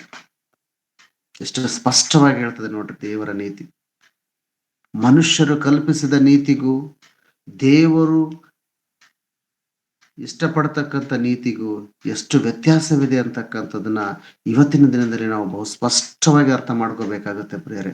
ಆದ್ದರಿಂದ ಕರ್ತನಲ್ಲಿ ಪ್ರೀತಿಯುಳ್ಳ ಸಹೋದರ ಸಹೋದರಿಯರೇ, ನಾವೆಲ್ಲರೂ ಕೂಡ ಕೇವಲ ಮಾತುಗಾರರಾಗಿರದೆ ಮಾತಿನ ಮೂಲಕ ದೇವರನ್ನ ಕೊಂಡಾಡುವಂಥವ್ರು, ಮಾತಿನ ಮೂಲಕವಾಗಿ ದೇವರನ್ನ ಸ್ಮರಿಸ್ತಕ್ಕಂಥವ್ರಾಗಿರದೆ ನಾವು ನಮ್ಮ ಪೂರ್ಣ ಹೃದಯದಿಂದಲೂ ಪೂರ್ಣ ಮನಸ್ಸಿನಿಂದಲೂ ಪೂರ್ಣ ಶ್ರದ್ಧೆಯಿಂದಲೂ ದೇವರನ್ನ ಸನ್ಮಾನಿಸುವವರಾಗಬೇಕು ಅನ್ನುವಂಥದ್ದನ್ನ ಈ ವಾಕ್ಯ ಹೇಳಿಸ್ತದೆ ಪ್ರಿಯರೇ. ಅದೇ ರೀತಿ ಮನುಷ್ಯರು ಕಲ್ಪಿಸಿದ ಕಟ್ಟಳೆಗಳನ್ನೇ ಅವರು ಬೋಧಿಸುವುದರಿಂದ, ಇನ್ನು ಕೆಲವೊಂದು ಜನ ಏನಪ್ಪ ಅಂದ್ರೆ ಮನುಷ್ಯರು ಮಾಡಿದ ನಿಬಂಧನೆಗಳಿಗೆ ಅನುಗುಣವಾಗಿ, ಮನುಷ್ಯರು ಮಾಡಿದ ಸಿದ್ಧಾಂತಗಳಿಗೆ ಅನುಗುಣವಾಗಿ ಮನುಷ್ಯರನ್ನೇ ಸ್ಮರಿಸ್ತಕ್ಕಂಥ ವ್ಯಕ್ತಿಗಳಾಗಿ ಇವತ್ತು ನನ್ನ ಸಹೋದರ ಸಹೋದರಿಯರು ಎಷ್ಟಿಲ್ಲ ಪ್ರಿಯರೇ ಇದ್ದಾರೆ ಪ್ರಿಯರ. ಇವತ್ತಿನ 21ನೇ ಶತಮಾನದಲ್ಲಿ ಕೂಡ ವಾಕ್ಯವನ್ನು ಚೆನ್ನಾಗಿ ತಿಳಿದುಕೊಂಡಿರ್ತಕ್ಕಂಥ ವ್ಯಕ್ತಿಗಳು ಕೂಡ ಮನುಷ್ಯನ ಜಪದಲ್ಲಿದ್ದಾರೆ ಪ್ರಿಯರೇ. ಇವತ್ತು ಆ ವ್ಯಕ್ತಿಯನ್ನ ಹಿಂಬಾಲಿಸ್ತಕ್ಕಂಥ ವ್ಯಕ್ತಿ ಪೂಜೆ ಎಷ್ಟರ ಮಟ್ಟಿಗಿದೆ ಅಂತಂದ್ರೆ, ಬಹುಶಃ ದೇವ್ರು ಬಂದು ನಿಂತ್ಕೊಂಡ್ರೆ ವ್ಯಕ್ತಿ ಬೇಕಾ ದೇವ್ರು ಬೇಕಂದ್ರೆ ನನಗೆ ಇವರೇ ಬೇಕು ಅನ್ನುವಂತ ಹೆಪಕ್ರಸಿಕ್ ನಾಲೆಜ್ ಇಲ್ಲ. ಅಂದ್ರೆ ಅವರ ಒಂದು ಆಲೋಚನೆಗಳು ಆ ರೀತಿ ಬೆಳೆದು ಬಿಟ್ಟಿದೆ ವ್ಯಕ್ತಿ ಪೂಜೆ. ಏನ್ ಹೇಳಿದ್ರು ಕೂಡ ಅದು ರೈಟ್, ಇದು ಹೇಳಿದ್ದೇ 100% ರೈಟು, ಬೇರೆಯವ್ರು ಹೇಳಿದ್ದು ತಪ್ಪು ಅನ್ನುವಂತ ನಂಬಿಕೆ ಇವತ್ತು ಕ್ರೈಸ್ತ ವಿಶ್ವಾಸಿಗಳಲ್ಲಿ ಇದೆ ಪ್ರಿಯರೇ. ಬೇಡ ಪ್ರಿಯರೇ, ಮನುಷ್ಯರು ನಮಗೆ ಪ್ರಾಮುಖ್ಯತೆ ಅಲ್ಲ ಪ್ರಿಯರೇ. ಇವತ್ತು ಇರ್ಬೋದು, ನಾಳೆ ಹೋಗ್ಬೋದು ನಮ್ಮಿಂದ. ದೇವರು ನಮ್ಮನ್ನು ಶಾಶ್ವತವಾಗಿ ಸರ್ವ ಲೋಕಕ್ಕೆ ಸರ್ವ ವಿಧವಾಗಿ ನಮ್ಮನ್ನು ಕಾಪಾಡ್ತಕ್ಕಂಥತನು, ಕೊಂಡೊಯ್ಯುವಾತನು, ನಮ್ಮ ದೇವರಾಗಿದ್ದಾನೆ ಪ್ರಿಯರೇ. ಆತನ ನೀತಿಗೆ ನಾವು ಒಳಪಡಬೇಕು ಹೊರತು ಮನುಷ್ಯನು ಕಲ್ಪಿಸಿದ ಕಟ್ಟಳೆಗಳಿಗೆ, ನಿಯಮಗಳಿಗೆ, ನಿಬಂಧನೆಗಳಿಗೆ ಅಥವಾ ಅವರು ಹಾಕಿರ್ತಕ್ಕಂಥ ದಾರಿ ನಾವು ಅನುಸರಿಸದೆ ನಾವು ದೇವರಿಗೆ ಭಕ್ತಿ ತೋರಿಸಬೇಕು ಅಂತಕ್ಕಂಥದ್ದನ್ನ ಹೇಳ್ತಾನೆ ಪ್ರಿಯರೇ. ದೇವರ ಒಂದು ಮಾರ್ಗಕ್ಕೆ, ದೇವರ ರೂಟ್, ದೇವರ ರಸ್ತೆ ಅಥವಾ ದೇವರ ಮಾರ್ಗವನ್ನು ಅನುಸರಿಸುವಂತವ್ರು ನಾವು ಆಗ್ಬೇಕು ಪ್ರಿಯರೇ. ಮನುಷ್ಯನ ಕಲ್ಪಿತಕ್ಕೆ, ಮನುಷ್ಯನ ಆಚರಣೆ ವಿಚಾರಣೆಗಳಿಗೆ ನಾವು ಏನಪ್ಪಾ ಅಂತ ಒಳಗಾಗದೆ ದೇವರ ನೀತಿಗೆ ನಾವು ಒಳಗಾಗಬೇಕಾಗಿದೆ ಪ್ರಿಯರೇ. ಆದ್ದರಿಂದ ಇದು ಕೂಡ ಮನುಷ್ಯರ ನೀತಿಗೂ ಮತ್ತು ದೇವರ ನೀತಿಗೂ ಇರತಕ್ಕಂತ ಮತ್ತೊಂದು ವ್ಯತ್ಯಾಸವನ್ನ ಹೇಳ್ತಕ್ಕಂಥದ್ದಾಗಿದೆ ಪ್ರಿಯರೇ. ಹೌದಾ? ಅರ್ಥ ಆಗ್ತದಲ್ಲ ಪ್ರಿಯರೇ ನಾನು ಹೇಳ್ತಕ್ಕಂಥದ್ದು? It's good. ಮತ್ತಿನ್ನೊಂದು ವಿಷಯವನ್ನ ನಾವು ನೋಡಿದಾಗ ಪ್ರಿಯರೇ, ಮತ್ತಾಯನು ಬರೆದಂತ ಸುವಾರ್ತೆ 5ನೇ ಅಧ್ಯಾಯ 27ನೇ ವಚನವನ್ನು ನೋಡಿದಾಗ, ಮತ್ತಾಯನು ಬರೆದಂತ ಸುವಾರ್ತೆ 5ನೇ ಅಧ್ಯಾಯ 27 ಮತ್ತು 28ನೇ ವಚನವನ್ನು ನೋಡಿದಾಗ ನಮಗಿನ್ನೂ ಬಹಳ ಸ್ಪಷ್ಟವಾಗಿ ಕಾಣಿಸ್ತಕ್ಕಂಥ ದೇವರ ನೀತಿ ಮತ್ತು ಮನುಷ್ಯರ ನೀತಿಗೆ ಗೊತ್ತಾಗುತ್ತೆ ಪ್ರಿಯರೇ. ಎಸ್. ವ್ಯಭಿಚಾರ ಮಾಡಬಾರದೆಂದು ಹೇಳಿಯದೆ ಎಂಬುದಾಗಿ ನೀವು ಕೇಳಿದ್ದೀರಷ್ಟೇ. ಅಂದ್ರೆ ಈ ವ್ಯಭಿಚಾರದ ವಿಷಯದಲ್ಲಿ ಒಂದು ವಾಕ್ಯವಾದ ರೆಫರೆನ್ಸ್ ನ ತೋರಿಸ್ತೇನೆ ಪ್ರಿಯರೇ. ಇಲ್ಲಿ ಒಂದು ನಿಬಂಧನೆ ಉಂಟು ಧರ್ಮಶಾಸ್ತ್ರದಲ್ಲಿ. ಏನು? ವ್ಯಭಿಚಾರ ಮಾಡಬಾರದು ಅಂತಕ್ಕಂಥದ್ದು ಒಂದು ನಿಬಂಧನೆ. ಅದನ್ನ ಯಾರು ಪಾಲಿಸಿದ್ರು? ಈ ಪರಿಸಯರು ಮತ್ತು ಶಾಸ್ತ್ರಿಗಳೇನಪ್ಪ ಅಂತಂದ್ರೆ ಅದನ್ನ ಪಾಲಿಸಿದ್ರು ಅವರ ಒಂದು ಜೀವಿತದಲ್ಲಿ. ಯೇಸು ಕ್ರಿಸ್ತನ ಆಗಮನಕ್ಕಿಂತ ಪೂರ್ವದಲ್ಲಿ ಅವರು ಅದನ್ನ ಪಾಲಿಸ್ತಿದ್ರು. ವ್ಯಭಿಚಾರ ಮಾಡಬಾರದು, ತಪ್ಪು ಅಂತ ಹೇಳಿ. ಹೌದಾ? ನೆಕ್ಸ್ಟ್. ಆದರೆ ನಾನು ನಿಮಗೆ ಹೇಳುವುದೇನೆಂದರೆ, ಪರಸ್ತ್ರೀಯನ್ನು ನೋಡಿ ಮೋಹಿಸುವ ಪ್ರತಿ ಮನುಷ್ಯನು ಆಗಲೇ ತನ್ನ ಮನಸ್ಸಿನಲ್ಲಿ ಆಕೆಯ ಕೂಡ ವ್ಯಭಿಚಾರ ಮಾಡಿದವನಾದನು. ಇದು ದೇವರ ನೀತಿ ನೋಡಿ. ಆಗ ಶಾಸ್ತ್ರಿಗಳು ಮತ್ತು ಪರಿಸಯರು ಮಾಡ್ತಕ್ಕಂಥ ನೀತಿಗೂ ಕರ್ತನಾದ ಯೇಸು ಕ್ರಿಸ್ತನ ತೋರಿಸಿರ್ತಕ್ಕಂಥ ದೇವರ ನೀತಿಗೆ ಎಷ್ಟು ವ್ಯತ್ಯಾಸ ಇದೆ ಅಂತಂದ್ರೆ, ಅವರ ಒಂದು ನೀತಿ ಹೆಂಗಿತ್ತು ಅಂತಂದ್ರೆ, ಶಾಸ್ತ್ರಿಗಳ ಮತ್ತು ಪರಿಸರ ನೀತಿ ಅದನ್ನ ಮಾಡಬಾರದು ಅಷ್ಟೇ. ಆದ್ರೆ ಇಲ್ಲಿ ಯೇಸು ಕ್ರಿಸ್ತನ ನಮಗೆ ಮತ್ತೊಂದು ಸ್ಟೆಪ್ ನ ಫಾರ್ವರ್ಡ್ ಮಾಡಿ ಅಥವಾ ಮುಂದಕ್ಕೆ ಮಾಡಿ ಊಹಿಸಿಕೊಳ್ಳುವಂತ, ತನ್ನ ಮನಸ್ಸಿನಲ್ಲಿ ಊಹಿಸಿಕೊಳ್ತಕ್ಕಂಥ ಪ್ರತಿಯೊಬ್ಬನು ಕೂಡ ಆಕೆಯ ಜೊತೆಗೆ ಆತನು ವ್ಯಭಿಚಾರ ಮಾಡಿದವನಾದನು ಅನ್ನುವಂತ ಕಲ್ಪನೆಯನ್ನ ಕೊಟ್ಟಿದ್ದಾನಂತಂದ್ರೆ, ಆ ಲಾ ಎಷ್ಟು ಚೇಂಜ್ ಮಾಡಿದ್ದಾನೆ ಅಂತಕ್ಕಂಥದನ್ನ, ಅಂದ್ರೆ ಎಷ್ಟು ಎಡಿಷನ್ ಆಗಿ ಮಾಡಿದಾನೆ ಅಂತಕ್ಕಂಥದನ್ನ ನೋಡ್ಲಿಕ್ಕೆ ಸಾಧ್ಯ ಆಗುತ್ತೆ ಪ್ರಿಯರೇ. ಅಂದ್ರೆ ಯೇಸು ಕ್ರಿಸ್ತನ ಮಾರ್ಗ ಯಾವ ಸ್ಪಷ್ಟೀಕರಣವನ್ನ ಕೊಡುತ್ತೆ ಅಂತಕ್ಕಂಥದನ್ನ ನಾವಿಲ್ಲಿ ನೋಡ್ಲಿಕ್ಕೆ ಸಾಧ್ಯ ಆಗುತ್ತೆ ಪ್ರಿಯರೇ. ಅವರಿಗೆ ಇರ್ತಕ್ಕಂಥ ಕಾನೂನನ್ನ ಯಾವುದೇ ರೀತಿ ಬದಲಾಯಿಸದೆ ಅದಕ್ಕೆ ಇನ್ನಷ್ಟು ಎಡಿಷನ್ ಆಗಿ ದೇವರ ನಿಜ ಸ್ವರೂಪವನ್ನು ತೋರಿಸಿಕೊಟ್ಟಿರ್ತಕ್ಕಂಥ ಒಬ್ಬ ವ್ಯಕ್ತಿ ಯೇಸು ಕ್ರಿಸ್ತನಾಗ್ತಾನೆ ಪ್ರಿಯರೇ. ನೀವು ಮಾಡಬಾರದಂತ ಕೇಳಿರಷ್ಟೇ. ಯೇಸು ಕ್ರಿಸ್ತನ ನೀತಿಯಲ್ಲಿ ದೇವರನ್ನ ಯಾವ ರೀತಿ ಪ್ರಚುರ ಪಡಿಸ್ತಾನೆ ಅಂತಕ್ಕಂಥದ್ದನ್ನು ನೋಡಿದಾಗ, ಮಾಡಬಾರದು ಅನ್ನುವಂಥದ್ದನ್ನ ಜೊತೆಗೆ ಒಂದು ವೇಳೆ ನೀವು ಊಹಿಸಿಕೊಂಡ್ರು ಕೂಡ ನೀನು ತಪ್ಪು ಮಾಡಿದವನಾಗ್ತೀಯ ಅಂತಕ್ಕಂಥದ್ದನ್ನ ಯೇಸು ಕ್ರಿಸ್ತನು ಇಲ್ಲಿ ಹೇಳ್ತಾನೆ ಪ್ರಿಯರೇ. ಇದು ದೇವರ ನೀತಿಯಲ್ಲಿ ಬರತಕ್ಕಂಥ ಬದಲಾವಣೆ ಪ್ರಿಯರೇ. ನಾವೆಲ್ಲರೂ ಕೂಡ ಬದಲಾಗ್ಬೇಕು, ಕಾಲ ಕಾಲಕ್ಕೆ ಬದಲಾಗಬೇಕಾಗಿದೆ. ಆ ಕಾಲದ ಬದಲಾವಣೆಯಲ್ಲಿ ಎಡಿಷನ್ ಆಗಿ ಯೇಸು ಕ್ರಿಸ್ತನ ತೋರಿಸಿರ್ತಕ್ಕಂಥ ಒಂದು ಮಾರ್ಗ ಪ್ರಿಯರೇ. ಇದೇ ರೀತಿಯಾಗಿ ಯೇಸು ಕ್ರಿಸ್ತನನ್ನ ತಪ್ಪು ಹಿಡಿಬೇಕು ಅಂತಕ್ಕಂಥ ಒಂದು ಸಂದರ್ಭ ಸಿಗುತ್ತೆ ಪ್ರಿಯರವರಿಗೆ. ಯಾವಾಗಂದ್ರೆ ಸಮಾರಿಯ ಸ್ತ್ರೀಯ ವಿಷಯದಲ್ಲಿ ಪ್ರಿಯರೇ. ಒಂದು ಸರಿ ನೋಡೋಣ ಪ್ರಿಯರೇ, ಯೋಹಾನನು ಬರೆದಂತ ಸುವಾರ್ತೆ 8ನೇ ಅಧ್ಯಾಯ, ಯೋಹಾನನು ಬರೆದಂತ ಸುವಾರ್ತೆ 8ನೇ ಅಧ್ಯಾಯ 1ರಿಂದ 11 ವಚನಗಳವರೆಗೆ ನಾವು ನೋಡಿದಾಗ ಯೇಸು ಕ್ರಿಸ್ತನ ದೇವರ ನೀತಿಯನ್ನು ಎಷ್ಟು ಸ್ಪಷ್ಟವಾಗಿ ಅವರಿಗೆ ಹೇಳ್ಕೊಡ್ತಾನೆ ಅಂತಕ್ಕಂಥದನ್ನ ನಾವು ನೋಡ್ಲಿಕ್ಕೆ ಸಾಧ್ಯ ಆಗುತ್ತೆ ಪ್ರಿಯರೇ. ನಾನು ಇದನ್ನ ಓದ್ತೀನಿ ಪ್ರಿಯರೇ, ಯಾಕಂದ್ರೆ ಬಹಳಷ್ಟು ಇರೋದ್ರಿಂದ ನಾನು ಅದನ್ನ ಓದಿ ಅದನ್ನ ಎಲ್ಲಿ ಬೇಕಿದೆ ಅಲ್ಲಿ ಹೈಲೈಟ್ ಮಾಡ್ತಾ ಹೋಗ್ತೇನೆ ಪ್ರಿಯರೇ. ಪರಿಸಾಯರು ವ್ಯಭಿಚಾರಿಣಿಯಾದ ಒಬ್ಬ ಹೆಂಗಸನ್ನ ಯೇಸುವಿನ ಮುಂದೆ ತೀರ್ಪಿಗಾಗಿ ನಿಲ್ಲಿಸಿದ್ದು. ಎಲ್ಲರೂ ತಮ್ಮ ತಮ್ಮ ಮನೆಗೆ ಹೋದರು. ಯೇಸು ಎಣ್ಣೆ ಮರಗಳ ಗುಡ್ಡಕ್ಕೆ ಹೋದನು. ಬೆಳಿಗ್ಗೆ ಆತನು ತಿರುಗಿ ದೇವಾಲಯಕ್ಕೆ ಬಂದಾಗ ಜನರೆಲ್ಲರೂ ಆತನ ಬಳಿಗೆ ಬಂದರು. ಆತನು ಕೂತುಕೊಂಡು ಅವರಿಗೆ ಉಪದೇಶ ಮಾಡುತ್ತಿರುವಲ್ಲಿ ಶಾಸ್ತ್ರಿಗಳು ಪರಿಸಾಯರು ವ್ಯಭಿಚಾರದಲ್ಲಿ ಸಿಕ್ಕಿದ ಒಬ್ಬ ಹೆಂಗಸನ್ನು ಆತನ ಬಳಿಗೆ ತಂದು, ವ್ಯಭಿಚಾರದಲ್ಲಿ ಸಿಕ್ಕಿಕೊಂಡಂತ ಒಬ್ಬ ಹೆಂಗಸನ್ನ ಆತನ ಬಳಿಗೆ ಕರ್ಕೊಂಡು ಬರ್ತಾರೆ. ಒಬ್ಬ ಹೆಂಗಸನ್ನ ಮಾತ್ರ ಕರ್ಕೊಂಡು ಬರ್ತಾರೆ. ಅಂದ್ರೆ ಇಲ್ಲಿ ಮೇನ್ ಲಾಜಿಕಲ್ ಪಾಯಿಂಟ್ ಅಂತಂದ್ರೆ ಈ ತಪ್ಪು ಮಾಡಿದಾಗ ಸಿಗುವಂತವ್ರು ಒಬ್ಬರ ಇಬ್ಬರ ಪ್ರಿಯರೇ, ಇಬ್ರು ಸಿಗ್ಬೇಕು. ಆದ್ರೆ ಈ ಪರಿಸರ ಅಂತ ಆ ಬುದ್ಧಿಯನ್ನು ಹೊಂದಿರತಕ್ಕಂಥವ್ರು, ಎಂತ ಏನಪ್ಪಾ ಅಂತಾರ ಅಜ್ಞಾನದಿಂದ ಕೂಡಿರ್ತಕ್ಕಂಥವ್ರು ನಮಗಿಲ್ಲಿ ಸ್ಪಷ್ಟವಾಗಿ ಅರ್ಥ ಆಗುತ್ತೆ ಪ್ರಿಯರ. ಅಂದ್ರೆ ಆ ಸಂದರ್ಭದಲ್ಲಿ ಸಿಕ್ಕಿರ್ತಕ್ಕಂಥ ಇಬ್ಬರಲ್ಲಿ ಒಬ್ಬರನ್ನ ಬಿಟ್ಟು ಕೇವಲ ಆ ಹೆಣ್ಣು ಮಗಳನ್ನ ಮಾತ್ರ ಯೇಸು ಕ್ರಿಸ್ತನ ಹತ್ರ ಕರ್ಕೊಂಡು ಬರ್ತಾರೆ ಪ್ರಿಯರ. ನೋಡಿ, ಪರಿಸಾಯರು ವ್ಯಭಿಚಾರದಲ್ಲಿ ಸಿಕ್ಕಿದ್ದ ಒಬ್ಬ ಹೆಂಗಸನ್ನ ಆತನ ಬಳಿಗೆ ತಂದು ಆಕೆಯನ್ನು ನಡುವೆ ನಿಲ್ಲಿಸಿ, ಬೋಧಕನೇ, ಈ ಹೆಂಗಸು ವ್ಯಭಿಚಾರ ಮಾಡುತ್ತಿರುವಾಗಲೇ ಕೈಗೆ ಸಿಕ್ಕಿದಳು. ನೋಡಿ, ವ್ಯಭಿಚಾರ ಮಾಡುತ್ತಿರುವಾಗಲೇ ನಾವು ಆಕೆ ಹಿಡ್ಕೊಂಡು ಬಂದಿದ್ದೀವಪ್ಪ. ಇಂಥವರನ್ನು ಕಲ್ಲೆಸೆದು ಕೊಲ್ಲಬೇಕೆಂಬುದು ಮೋಶೆಯ ಧರ್ಮಶಾಸ್ತ್ರದಲ್ಲಿ ನಮಗೆ ಅಪ್ಪಣೆ ಕೊಟ್ಟಿದ್ದಾನೆ. ಇದು ಮೋಶೆ ಧರ್ಮಶಾಸ್ತ್ರದ ಪ್ರಕಾರ ಪರಿಸಾಯರು ಶಾಸ್ತ್ರಿಗಳು ಅನುಸರಿಸ್ತಕ್ಕಂಥ ಒಂದು ಕಾನೂನು ಏನಿತ್ತಂತಂದ್ರೆ, ಯಾರಾದ್ರೂ ತಪ್ಪು ಮಾಡಿದ್ರೆ ಅವ್ರನ್ನ ಕಲ್ಲೆಸೆದು ಕೊಲ್ಲಬೇಕು ಅಂತಕ್ಕಂಥದ್ದು ನೀತಿ ಇದೆ. ಅದು ನಮಗ್ ಗೊತ್ತುಂಟು. ಮತ್ತೆ ನೀನೇನ್ ಮಾಡ್ತೀಯ ಇದನ್ನ ಅಂತ ಕೇಳ್ತಾರೆ ಪ್ರಿಯರು. ನೋಡಿ, ಅವರ ಕಾನೂನು ಹೆಂಗಿದೆ ಅಂತಂದ್ರೆ ಕಲ್ಲೆಸೆದು ಕೊಲ್ಲಬೇಕು ಯಾರನ್ನ ತಪ್ಪು ಮಾಡಿದಂಥವ್ರನ್ನ. ಮತ್ತೆ ಈಗ ನಾವು ತಗೊಂಡ್ ಬಂದಿದ್ದೀವಿ, ನಮಗ್ ಗೊತ್ತಾಯ್ತು ಆಕೆ ಮಾಡ್ತಿರುವಾಗಲೇ ಸಿಕ್ಕಿದ್ರು, ನಿಮ್ಮ ಹತ್ರ ಕರ್ಕೊಂಡು ಬಂದಿದ್ವಿ. ಸೊ ಇವಾಗ ನೀವೇನ್ ಹೇಳ್ತೀರಾ ಇದನ್ನ ಅಂತೇಳಿ ಯೇಸು ಕ್ರಿಸ್ತನಿಗೆ ಕೇಳ್ತಾರೆ ಪ್ರೇರ. ಆಕೆಯು ಇಂಥವ್ರನ್ನು ಕಲ್ಲೆಸೆದು ಕೊಲ್ಲಬೇಕೆಂದು ಮೋಶೆಯ ಧರ್ಮಶಾಸ್ತ್ರದಲ್ಲಿ ನಮಗೆ ಅಪ್ಪಣೆ ಕೊಟ್ಟಿದ್ದಾನೆ. ಈಕೆ ವಿಷಯದಲ್ಲಿ ನೀನೇನ್ ಹೇಳ್ತಿ ಎಂದು ಆತನನ್ನು ಕೇಳಿದರು. ಆತನ ಮೇಲೆ ತಪ್ಪು ಹೊರಿಸುವುದಕ್ಕೆ ಏನಾದರೂ ಒಂದು ನಿಮಿತ್ತ ಬೇಕಾಗಿದ್ದರಿಂದ ಈತನು ಏನನ್ನುತ್ತಾನೋ ನೋಡೋಣ ಎಂದು ಹಾಗೆ ಕೇಳಿದರು. ಇಲ್ಲಿ ಮೇನ್ ಕಾನ್ಸೆಪ್ಟ್ ಏನಂದ್ರೆ, ಆಕೆ ತಪ್ಪು ಮಾಡಿರ್ತಕ್ಕಂಥದ್ದು ಅವ್ರಿಗೆ ಬಂದಿಲ್ಲ.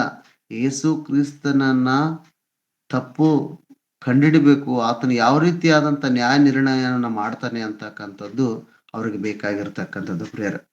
ಅಂದ್ರೆ ದೇವರ ನೀತಿಯಲ್ಲಿ, ಅಂದ್ರೆ ಈ ಶಾಸ್ತ್ರಿಗಳ ಪರಿಸರ ನೀತಿ ದೇವರ ನೀತಿಗೆ ಯಾವ ರೀತಿ ವ್ಯತ್ಯಾಸ ಕಾಣಿಸ್ತದೆ ಅಂತಕ್ಕಂಥ ನಾವಿಲ್ಲಿ ನೋಡ್ಲಿಕ್ಕೆ ಸಾಧ್ಯ ಆಗುತ್ತೆ ಪ್ರೇರೆ. ಈ ಶಾಸ್ತ್ರಿಗಳ ಪರಿಸರ ನೀತಿ ಹೆಂಗಿದೆ ಅಂದ್ರೆ ತಪ್ಪು ಹೊರಿಸ್ತಕ್ಕಂಥದ್ದು, ಇನ್ನೊಬ್ರಿಗೆ ಏನಪ್ಪಾ ಅಂದ್ರೆ ಟೀಕಿಸ್ತಕ್ಕಂಥದ್ದು, ಇನ್ನೊಬ್ಬರನ್ನ ಏನಪ್ಪಾ ಅಂತಂದ್ರೆ ಶೋಧನೆಗೆ ಒಳಗಾಗಿಸ್ತಕ್ಕಂಥದ್ದು ಅವ್ರು ಮಾಡ್ತಕ್ಕಂಥ ಅಥವಾ ಮಾಡಿಕೊಂಡು ಬಂದಿರತಕ್ಕಂಥ ಒಂದು ಪಾಠ ಇರುತ್ತೆ. ಇದನ್ನ ಗ್ರಹಿಸಿರ್ತಕ್ಕಂಥ ಯೇಸು ಕ್ರಿಸ್ತನು ಮುಂದೆ ಹೇಳ್ತಾನೆ, ಆದರೆ ಯೇಸು ಬೊಗ್ಗಿಕೊಂಡು ಬೆರಳಿನಿಂದ ನೆಲದ ಮೇಲೆ ಬರೆಯುತ್ತಾ ಇದ್ದನು. ಅವರು ಆತನನ್ನು ಬಿಡದೆ ಕೇಳುತ್ತಿರುವ, ಬಿಡದೆ ಅಂದ್ರೆ ಕಂಟಿನ್ಯೂಸ್ ಆಗಿ again and again they are asking the same question, what to do when the law says, ನಮಗೆ ಕಾನೂನು ಹೇಳುತ್ತೆ ಏನಂತೇಳಿ, ಈ ತರ ತಪ್ಪು ಮಾಡಿದಂಥವ್ರನ್ನ ಕಲ್ಲೆಸೆದು ಕೊಲ್ಲಬೇಕಂತಕ್ಕಂಥದ್ದು ಧರ್ಮಶಾಸ್ತ್ರದ ಕಾನೂನು ನಮಗೆ ಹೇಳುತ್ತಲ್ಲ. ಮತ್ತೆ ಈ ವಿಷಯದ ಬಗ್ಗೆ ನೀನೇನ್ ಹೇಳ್ತೀಯ ಅಂತ ಹೇಳಿ ಯೇಸು ಕ್ರಿಸ್ತನನ್ನ ಪದೇ ಪದೇ ಕೇಳ್ತಾ ಇದ್ದಾರೆ ಪ್ರೇರ. ಆ ವರ್ಡ್ ಎಷ್ಟು ಚೆನ್ನಾಗಿ ಬರೆದೇನಂತಾರೆ, ಯೇಸು ಬೊಗ್ಗಿಕೊಂಡು ಬೆರಳಿನಿಂದ ನೆಲದ ಮೇಲೆ ಬರೆಯುತ್ತಾ ಇದ್ದನು. ಅವರು ಆತನನ್ನು ಬಿಡದೇ ಕೇಳುತ್ತಿರುವಾಗ, ಬಿಡದೇ continuously they are asking the same question. ಆತನು ನೆಟ್ಟಗೆ ಕೂತುಕೊಂಡು ಅವರಿಗೆ, ನಿಮ್ಮಲ್ಲಿ ಪಾಪವಿಲ್ಲದವನು ಯಾರೋ ಅವನೇ ಮೊದಲು ಆಕೆಯ ಮೇಲೆ ಕಲ್ಲನ್ನ ಹಾಕಲಿ ಎಂದು ಹೇಳಿ. ನೋಡಿ, ನೀವ್ ಯಾರು ಪಾಪ ಮಾಡಿಲ್ವೋ ಅವ್ರು ಫಸ್ಟ್ ಹಾಕಿ ಅಂತ ಹೇಳ್ತಾನ್ರಿ. ನಿಮ್ಮ ಜೀವನದಲ್ಲಿ ನೀವ್ ಯಾರು ತಪ್ಪು ಮಾಡಿಲ್ಲ ಅಂತೇಳಿ ಯಾರು ಹೇಳ್ಕೊಂತಿರೋ ಅವ್ರು ಫಸ್ಟ್ ಕಲ್ಲು ಹಾಕಿ ಅಂತ ಹೇಳ್ತಾರೆ. ಎಂತ ಅದ್ಭುತವಾದಂತ ರಿಪ್ಲೈ ಕೊಟ್ಟಿದ್ದಾರೆ ನೋಡ್ರಿ ಯೇಸು ಕ್ರಿಸ್ತನು. ಇದು ದೇವರ ನೀತಿ. ದೇವರ ನೀತಿಯಲ್ಲಿ ಎಲ್ಲರೂ ಸಮಾನವಾಗಿರ್ಬೇಕಂತಕ್ಕಂಥದ್ದು ಪ್ರೇರೆ. ಎಲ್ಲರಿಗೂ ಕೂಡ ನ್ಯಾಯವನ್ನ ಕೊಡ್ಬೇಕಂತಕ್ಕಂಥದ್ದು. ತಪ್ಪು ಮಾಡಿದ್ದು ನಿಜ, ಆದ್ರೆ ಆ ತಪ್ಪು ಮಾಡುವಂತ ಸಂದರ್ಭದಲ್ಲಿ ಕೇವಲ ಒಬ್ಬ ವ್ಯಕ್ತಿಯನ್ನ ಮಾತ್ರ ಹಿಡ್ಕೊಂಡು ಬರೋದು ಪ್ರಾಥಮಿಕವಾಗಿ ತಪ್ಪು. ಅದಾದ ಆ ವಿಷಯದಲ್ಲಿ ಇನ್ನೊಬ್ಬರನ್ನ ಪರೀಕ್ಷಿಸಬೇಕು ಅಂತಕ್ಕಂತ ಹೇಳಿ ಕರ್ಕೊಂಡು ಬಂದಿರೋದು ಮತ್ತೊಂದು ತಪ್ಪು. ತಪ್ಪು ಮೇಲೆ ತಪ್ಪು ಹೊರಿಸ್ತಕ್ಕಂಥ ಅಂದಿನ ಶಾಸ್ತ್ರಿಗಳ ಪರಿಸಾಯರ ನೀತಿ ದೇವರ ನೀತಿಗೆ ಎಷ್ಟು ವಿರುದ್ಧವಾಗಿದೆ ಅಂತಕ್ಕಂಥದ್ದನ್ನ ಈ ಸಂದರ್ಭದಲ್ಲಿ ಈ ವಿಷಯದ ಆಧಾರದ ಮೇಲೆ ನಮಗೆ ಗೊತ್ತಾಗುತ್ತೆ ಪ್ರೇರೆ. ಶಾಸ್ತ್ರಿಗಳ ನೀತಿ ಅಂತದ್ದು ಹೇಳಿ ಅದನ್ನ ಗ್ರಹಿಸಿರ್ತಕ್ಕಂಥ ಯೇಸು ಕ್ರಿಸ್ತನು ಹೇಳ್ತಾನೆ, ನಿಮ್ಮಲ್ಲಿ ಯಾರು ತಪ್ಪು ಮಾಡಿಲ್ವೋ ಅವರು ಫಸ್ಟ್ ಕಲ್ಲು ಹಾಕಲಿ ಅಂತ ಹೇಳಿದಾಗ, ಅಲ್ಲಿರ್ತಕ್ಕಂಥ ಯಾರು ಕೂಡ ಆಕೆಯ ಮೇಲೆ ಕಲ್ಲೆಸೆಯಲ್ಲ ಪ್ರೇರೆ. ಎಲ್ಲರೂ ಪಾಪ ಮಾಡಿದವರೇ ಇರ್ತಾರೆ. ಕೊನೆಗೆ ಯಾರೂ ಕೂಡ ಆಕೆಗೆ ಕಲ್ಲೆಸೆಯದೆ ಹೋದಾಗ ಯೇಸು ಕ್ರಿಸ್ತನು ಸ್ವಲ್ಪ ಹೊತ್ತಾದ ನಂತರ ನೋಡ್ತಾನೆ, ಅಮ್ಮ ನಿನಗೆ ಯಾರು ಕಲ್ಲೆಸಲಿಲ್ವಾ ಅಂತ ಹೇಳಿದಾಗ, ಇಲ್ಲ ಸ್ವಾಮಿ, ನನಗೆ ಯಾರೂ ಕೂಡ ಕಲಿಸ್ಲಿಲ್ಲ ಅಂತ ಹೇಳ್ತಾನೆ ಪ್ರೇರೆ. ಆ ಹೆಣ್ಮಗಳು ಹೇಳ್ತಾಳೆ ಪ್ರೇರೆ ನೆಕ್ಸ್ಟ್ ವಚನದಲ್ಲಿ, ತಿರುಗಿ ಬೋಗಿಕೊಂಡು ನೆಲದ ಮೇಲೆ ಬರೀತಾ ಇದ್ದೆನು. ಆ ಮಾತನ್ನು ಕೇಳಿ ತಾವೇ ಪಾಪಿಗಳೆಂದು ಮನಸ್ಸಿನಲ್ಲಿ ತಿಳ್ಕೊಂಡು ಹಿರಿಯರು ಮೊದಲುಗೊಂಡು ಕಿರಿಯರವರೆಗೂ, ನೋಡ್ರಿ ಅಲ್ಲಿ ಬಂದಿರತಕ್ಕಂಥವ್ರು ಕೇವಲ ಹಿರಿಯರಲ್ಲ, ಕಿರಿಯರು ಕೂಡ. ಐ ಥಿಂಕ್ ಕಿರಿಯರು ಅನ್ನುವಂಥದ್ದು ಬಿಲೋ 18 ಇಯರ್ಸ್ ಅಂತ ಹೇಳ್ಬೋದು, ಅಥವಾ ಬಿಲೋ 21 ಇಯರ್ಸ್ ಅಂತ ಹೇಳ್ಬೋದು.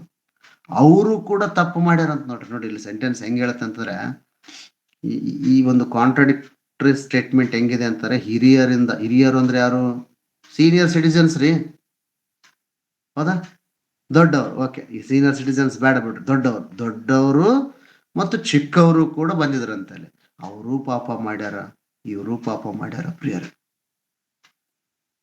ಅಂದ್ರೆ ಎಲ್ಲರೂ ಪಾಪಿಗಳೇ. ಅಲ್ಲಿ ಪಾಪಿಗಳಾಗಿದ್ದುಕೊಂಡು ಕೂಡ ಯೇಸು ಕ್ರಿಸ್ತನನ್ನ ಇಕ್ಕಟ್ಟಿಗೆ ಸಿಗಿಸ್ಬೇಕು, ಯೇಸು ಕ್ರಿಸ್ತನನ್ನ ನಗೆಪಾಟಿಗೆ ಮಾಡಬೇಕು ಅಂತಕ್ಕಂಥ ಉದ್ದೇಶದಿಂದ ಬಂದಿರತಕ್ಕಂಥ ಒಂದು ನೀತಿ ಎಂತ ನೀತಿ ನೋಡ್ರಿ.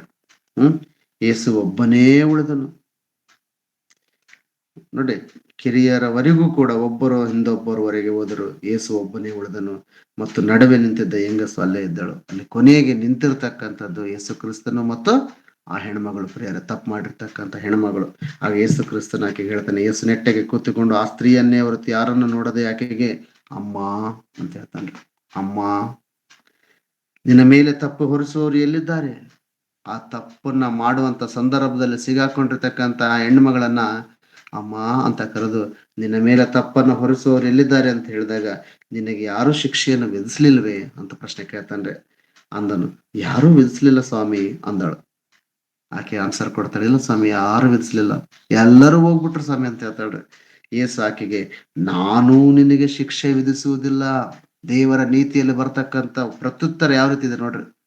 ಯೇಸು ಕ್ರಿಸ್ತನು ತೋರಿಸ್ತಕ್ಕಂಥ ನೀತಿಯಲ್ಲಿ ಪ್ರತ್ಯುತ್ತರ ಹೆಂಗಿದೆ ನೋಡ್ರಿ.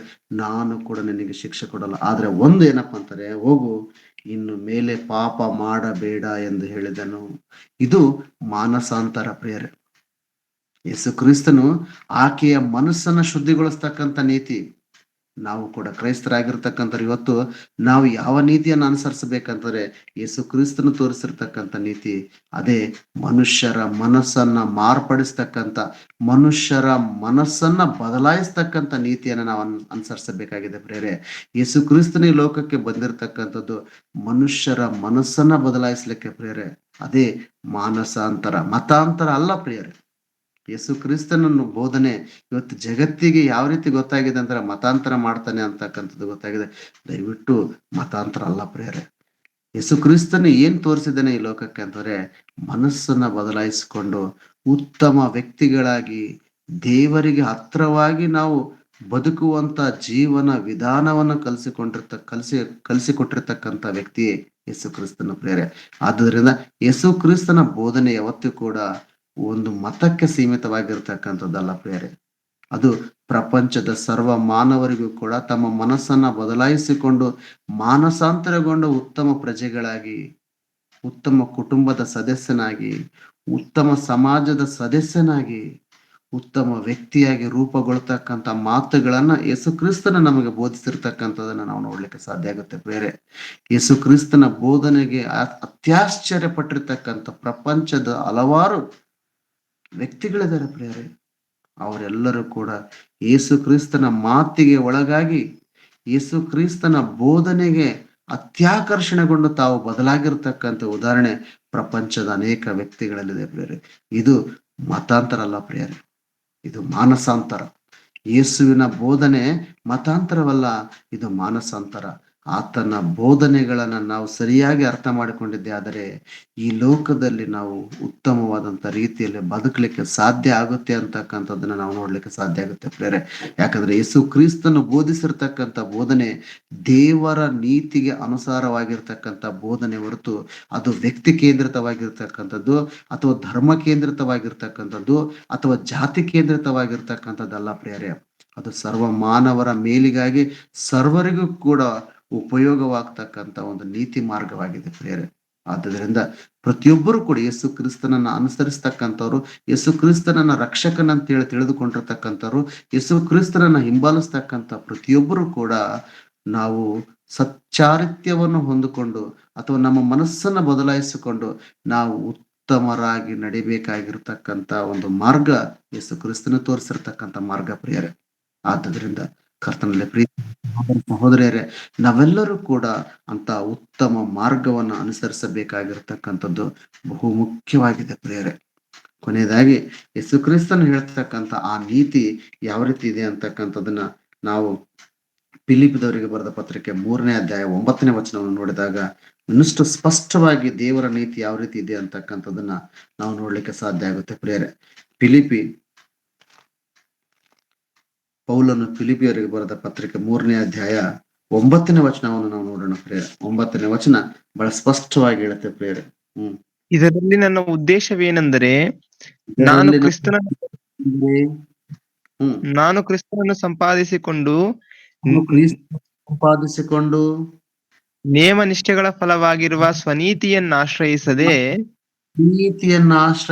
ಇಲ್ಲಿ ಒಂದು ವ್ಯತ್ಯಾಸವನ್ನು ಕೊಡ್ತಾನ್ರಿ ಪೌಲನು. ಯೇಸು ಕ್ರಿಸ್ತನನ್ನು ನನ್ನ ರಕ್ಷಕನಂತ ಹೇಳಿ ಅಂಗೀಕರಿಸಿಕೊಂಡ ನಂತರ, ಯೇಸು ಕ್ರಿಸ್ತನನ್ನ ನಾನು ಸಂಪಾದಿಸಿಕೊಂಡ ನಂತರ ನೇಮ ನಿಷ್ಠೆಗಳ ಫಲವಾಗಿರುವ ಈ ನೇಮಗಳು, ನಿಷ್ಠೆಗಳು, ನಿಬಂಧನೆಗಳು ಇವೆಲ್ಲವೂ ಕೂಡ ಯಾವುದನ್ನ ಕೇಂದ್ರೀಕರಿಸಿಕೊಂಡಿದೆ ಅಂತಂದ್ರೆ ಆ ನೇಮಗಳು, ನಿಷ್ಠೆಗಳು ಸ್ವನೀತಿಯನ್ನು ಆಶ್ರಯಿಸಿದ್ದೇವೆ. ಸೊ ನಾನು ಅದನ್ನ ಅನುಸರಿಸದೆ, ನಾನು ಆ ನೇಮ ನಿಷ್ಠೆಗಳ ಫಲವಾಗಿರುವ ಸ್ವನೀತಿಯನ್ನು ಆಶ್ರಯಿಸದೆ ಕ್ರಿಸ್ತನನ್ನ ನಂಬುವುದರಿಂದ ದೊರಕುವಂತ, ಅಂದ್ರೆ ಅವೆಲ್ಲವನ್ನ ಬಿಟ್ಟು ಕ್ರಿಸ್ತನನ್ನ ನಂಬಿಕೊಂಡು ಕ್ರಿಸ್ತನನ್ನ ಅನುಸರಿಸಿ ಮಾರ್ಗವನ್ನ ನಾನು ಅನುಸರಿಸಿದ್ದಾದ್ರೆ ನನಗೆ ಸಿಗತಕ್ಕಂಥದ್ದು ಏನಪ್ಪಾ ಅಂದ್ರೆ ಕ್ರಿಸ್ತನನ್ನ ನಂಬುವುದರಿಂದ ದೊರಕುವಂತ, ಅಂದರೆ ಕ್ರಿಸ್ತನನ್ನ ನಂಬುವುದರಿಂದ ನಮಗೆ ಸಿಗತಕ್ಕಂಥ ಅಂಶವೇನೆಂದರೆ ಮುಂದೆ ಹೇಳ್ತಾ ನೋಡ್ರಿ, ಕ್ರಿಸ್ತನನ್ನು ನಂಬುವುದರಿಂದ ದೊರಕುವಂತ, ಅಂದರೆ ಕ್ರಿಸ್ತನ ಮೇಲಣ ನಂಬಿಕೆಯ ಆಧಾರದಿಂದ ದೇವರು ಕೊಡುವಂತ ನೀತಿಯನ್ನೇ ಹೊಂದಿ. ಕ್ರಿಸ್ತನನ್ನು ಅನುಸರಿಸಿದರೆ ದೇವರ ನೀತಿಯನ್ನು ಅನುಸರಿಸಿದಂಗ ಪ್ರೇರೆ. ಕ್ರಿಸ್ತನನ್ನ ನೀನು ಅಂಗೀಕರಿಸಿಕೊಂಡರೆ ದೇವರನ್ನ ಅಂಗೀಕರಿಸಿಕೊಂಡಂಗೆ ಪ್ರೇರೆ. ಕ್ರಿಸ್ತನು ಹೇಳಿರ್ತಕ್ಕಂಥ ಮಾರ್ಗವನ್ನು ನೀನು ಅನುಸರಿಸಿದೆ ದೇವರ ನೀತಿಗೆ ನೀನು ಹತ್ತಿರವಾದಂತ ಪ್ರೇರೆ. ಅಂದ್ರೆ ದೇವರ ನೀತಿಗೆ ಪ್ರತಿರೂಪವೇ ಕ್ರಿಸ್ತನು ತೋರಿಸಿರ್ತಕ್ಕಂಥ ಮಾರ್ಗ ಪ್ರಿಯರೇ. ರೈಟ್? ಎಸ್ ನೋಡಿ, ಅಂದರೆ ಕ್ರಿಸ್ತನ ಮೇಲಣ ನಂಬಿಕೆಯ ಆಧಾರದಿಂದ ದೇವರು ಕೊಡುವಂತ ನೀತಿಯನ್ನೇ ಹೊಂದಿ ಕ್ರಿಸ್ತನಲ್ಲಿರುವವನಾಗಿ ಕಾಣಿಸಿಕೊಳ್ಳಬೇಕೆಂಬುದೇ. ಕ್ರಿಸ್ತನಲ್ಲಿರುವವನೇ ಹಾಗೆ ಕಾಣಿಸ್ಕೋಬೇಕಾಗಿದೆ ಪ್ರಿಯರೇ. ಯಾಕಂದ್ರೆ ಕ್ರಿಸ್ತನವನಾಗಿ ನೀನು ಕಾಣಿಸಿಕೊಂಡಿದ್ದೆ ಆದರೆ, ಕ್ರಿಸ್ತನಲ್ಲಿರುವವನಾಗಿ ನೀನು ಕಾಣಿಸಿಕೊಂಡರೆ ನೀನು ದೇವರ ನೀತಿಗೆ ಒಳಪಟ್ಟಂತ ವ್ಯಕ್ತಿಯಾಗಿರ್ತೀಯ ಅನ್ನುವಂತ ಅರ್ಥವನ್ನ ಕೊಡುತ್ತೆ ಪ್ರಿಯರೇ. ಅಂದ್ರೆ ದೇವರ ನೀತಿಗೆ ನಾನು ಬಾಧ್ಯಸ್ಥನಾಗ್ಬೇಕಂದ್ರೆ ಕ್ರಿಸ್ತನ ಬೋಧನೆಗೆ ನೀನು ಒಳಗಾಗಿರಬೇಕು. ಕ್ರಿಸ್ತನು ತೋರಿಸಿರ್ತಕ್ಕಂಥ ಮಾರ್ಗವನ್ನು ಅನುಸರಿಸುವಂತ ಆತನಾಗಿರ್ಬೇಕು. ಆಗ ನೀನು ದೇವರ ನೀತಿಗೆ ಒಳಪಟ್ಟವನಾಗಿರ್ತೀಯ ಅಂತಕ್ಕಂಥದ್ದು ಹೇಳ್ತಾನೆ ಪ್ರಿಯರೇ. ಅಂತ ಅದ್ಭುತವಾದಂತ ಮಾತು ಪೌಲನು ಹೇಳ್ತಾನೆ ನೋಡಿ ಪ್ರಿಯರೇ. ಪೌಲನು ಫಿಲಿಪಿಯವರಿಗೆ ಬರೆದ ಪತ್ರಿಕೆ 3ನೇ ಅಧ್ಯಾಯ ಈ 9ನೇ ವಚನ ದೇವರ ನೀತಿ ಯಾವುದರಿಂದ ನಮಗೇನಪ್ಪ ಅಂತಾರೆ ಬಂದಿಯಾಗಲ್ಪಟ್ಟಿದೆ ಅಂತಕ್ಕಂಥದ್ದು ಹೇಳ್ತಾನೆ ಪ್ರಿಯರೇ. ಅದೇ ಯೇಸು ಕ್ರಿಸ್ತನ ಮಾರ್ಗಕ್ಕೆ ಪ್ರಿಯರೇ. ಯೇಸು ಕ್ರಿಸ್ತನಂತವನಾಗಿದ್ದರೆ ಮಾತ್ರ, ಯೇಸು ಕ್ರಿಸ್ತನಲ್ಲಿರುವವರಿಗೆ ಮಾತ್ರ ದೇವರ ನೀತಿ ಕಾಣಿಸಿಕೊಳ್ತದೆ ಅಂತಕ್ಕಂಥದ್ದು ಹೇಳ್ತಾನೆ ಪ್ರಿಯರೇ. ನೀವು ಇನ್ನೂ ದೇವರ ನೀತಿಯ ಬಗ್ಗೆ ಸ್ಪಷ್ಟವಾಗಿ ನಿಮ್ಗೆ ಅವಗಾಹನೆ ಬೇಕಂದ್ರೆ ರೋಮಾಪುರದವರಿಗೆ ಬರೆದ ಪತ್ರಿಕೆ 3ನೇ ಅಧ್ಯಾಯವನ್ನು ಸಂಪೂರ್ಣವಾಗಿ ಓದಿದ್ದೆ ಆದ್ರೆ, ರೋಮಾಪುರದವರಿಗೆ ಬರೆದ ಪತ್ರಿಕೆ 3ನೇ ಅಧ್ಯಾಯವನ್ನು ಸಂಪೂರ್ಣವಾಗಿ ನೀವು ಓದಿದ್ದೆ ಆದ್ರೆ ಇದು ರೆಫರೆನ್ಸ್ ಇದು. ಸೊ ನಿಮ್ಗೆ ಖಂಡಿತವಾಗಲೂ ಕೂಡ ದೇವರ ನೀತಿ ಯಾವ ರೀತಿ ಇದೆ ಅಂತಕ್ಕಂಥದ್ದನ್ನ ನಮಗೆ ಸ್ಪಷ್ಟವಾಗಿ ಗೊತ್ತಾಗುತ್ತೆ ಪ್ರಿಯರೇ.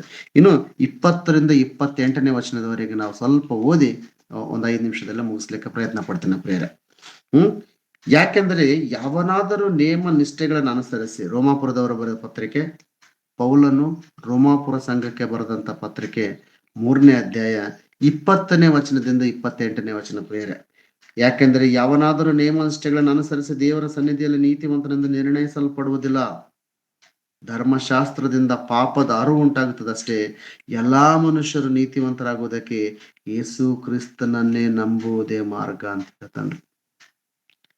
ನೀನು ದೇವರ ನೀತಿಗೆ ಬಾಧ್ಯಸ್ಥನಾಗ್ಬೇಕಂದ್ರೆ ನೀನು ಕ್ರಿಸ್ತನನ್ನ ನಂಬಬೇಕು. ಏನಂತೇಳಿ? ನಮ್ಮ ಲೋಕರಕ್ಷಕನು, ನಮ್ಮ ಪಾಪಗಳ ನಿಮಿತ್ತವಾಗಿ ಆತನು ಈ ಲೋಕಕ್ಕೆ ಬಂದಾತನು, ನಮ್ಮ ಪಾಪಗಳ ನಿಮಿತ್ತವಾಗಿ ಆತನು ತನ್ನ ಜೀವವನ್ನ, ತನ್ನ ಪ್ರಾಣವನ್ನ ನಮಗೋಸ್ಕರ ಅರ್ಪಿಸಿರ್ತಕ್ಕಂಥ ರಕ್ಷಕನು, ಜೀವ ರಕ್ಷಕನು, ಲೋಕ ರಕ್ಷಕನು ಅಂತೇಳಿ ನೀನು ನಂಬಬೇಕು ಪ್ರೇರೆ. ಆಗ ನೀನು ದೇವರ ನೀತಿಗೆ ಒಳಪಡುವಂತ ವ್ಯಕ್ತಿ ಆಗ್ತೀಯ ಪ್ರೇರೆ. ಸೊ ಇದು ನಮಗೆ ಬೇಕಾಗಿರ್ತಕ್ಕಂಥ ಅತ್ಯಮೂಲ್ಯವಾದಂತ ನಂಬಿಕೆ ಪ್ರೇರೆ. ಯೇಸು ಕ್ರಿಸ್ತನನ್ನ ನಂಬುವಂಥದ್ದು ಏನಾಗಿರ್ಬೇಕಂತಾರೆ, ಯೇಸು ಕ್ರಿಸ್ತನನ್ನ ನಂಬಿದರೆ ಮಾತ್ರ ನಾವು ದೇವರ ನೀತಿಗೆ ಒಳಪಡ್ತೀವಿ. ಆತನು ನಮ್ಮ ರಕ್ಷಕನು, ಆತನು ನಮ್ಮ ಪಾಪಗಳ ವಿಮೋಚಕನು, ಆತನು ನಮ್ಮ ಪಾಪಗಳ ನಿಮಿತ್ತವಾಗಿ ತನ್ನ ಪ್ರಾಣವನ್ನೇ ಕಲ್ವರಿ ಕ್ರೂಸೆ ಮೇಲೆ ಬಿಟ್ಟಿರ್ತಕ್ಕಂಥಾತನು ಎಂಬ ವಿಶ್ವಾಸ ನಮ್ಮೆಲ್ಲರಿಗಿದ್ದಾಗ ಮಾತ್ರ ನಾವು ದೇವರ ನೀತಿಗೆ ಅಥವಾ ದೇವರ ಒಂದು ಮಾರ್ಗದಲ್ಲಿ ಇದ್ದೀವಿ ಅಂತಕ್ಕಂಥ ಸುಸ್ಪಷ್ಟತೆಯನ್ನು ನಮಗೆ ಕಾಣಿಸ್ಲಿಕ್ಕೆ ಸಾಧ್ಯ ಆಗುತ್ತೆ ಪ್ರೇರೆ. ನೀವು ಈ 3ನೇ ಅಧ್ಯಾಯವನ್ನು ಸಂಪೂರ್ಣವಾಗಿ ಓದಿದ್ದ ಖಂಡಿತವಾಗ್ಲೂ ಕೂಡ ನಮಗೆ ಗೊತ್ತಾಗುತ್ತೆ ಪ್ರೇರೆ. ಈ 24ನೇ ವಚನದಲ್ಲಿ ಕೂಡ ಹೇಳ್ತಾನೆ, ಅವರು ನೀತಿವಂತರೆಂದು ನಿರ್ಣಯ ಹೊಂದುವುದು ದೇವರ ಉಚಿತಾರ್ಥವಾದ ಕೃಪೆಯಿಂದಲೇ ಕ್ರಿಸ್ತೇಸುವಿನಿಂದಾದ ಪಾಪ ವಿಮೋಚನೆಯ ಮೂಲಕವಾಗಿ ಆಗುವುದು. ಯೇಸು ಕ್ರಿಸ್ತನ ನಿಂದಾದ ಪಾಪ ವಿಮೋಚನೆ ಅಂದ್ರೆ ಯೇಸು ಕ್ರಿಸ್ತನಿಂದ ನಮಗೆ ಆಗಿರ್ತಕ್ಕಂಥದ್ದು ಏನಂದ್ರೆ ಪಾಪ ವಿಮೋಚನೆ ಪ್ರೇರ. ಅದನ್ನ ನಾವು ವಿಶ್ವಾಸಿಸ್ಬೇಕು.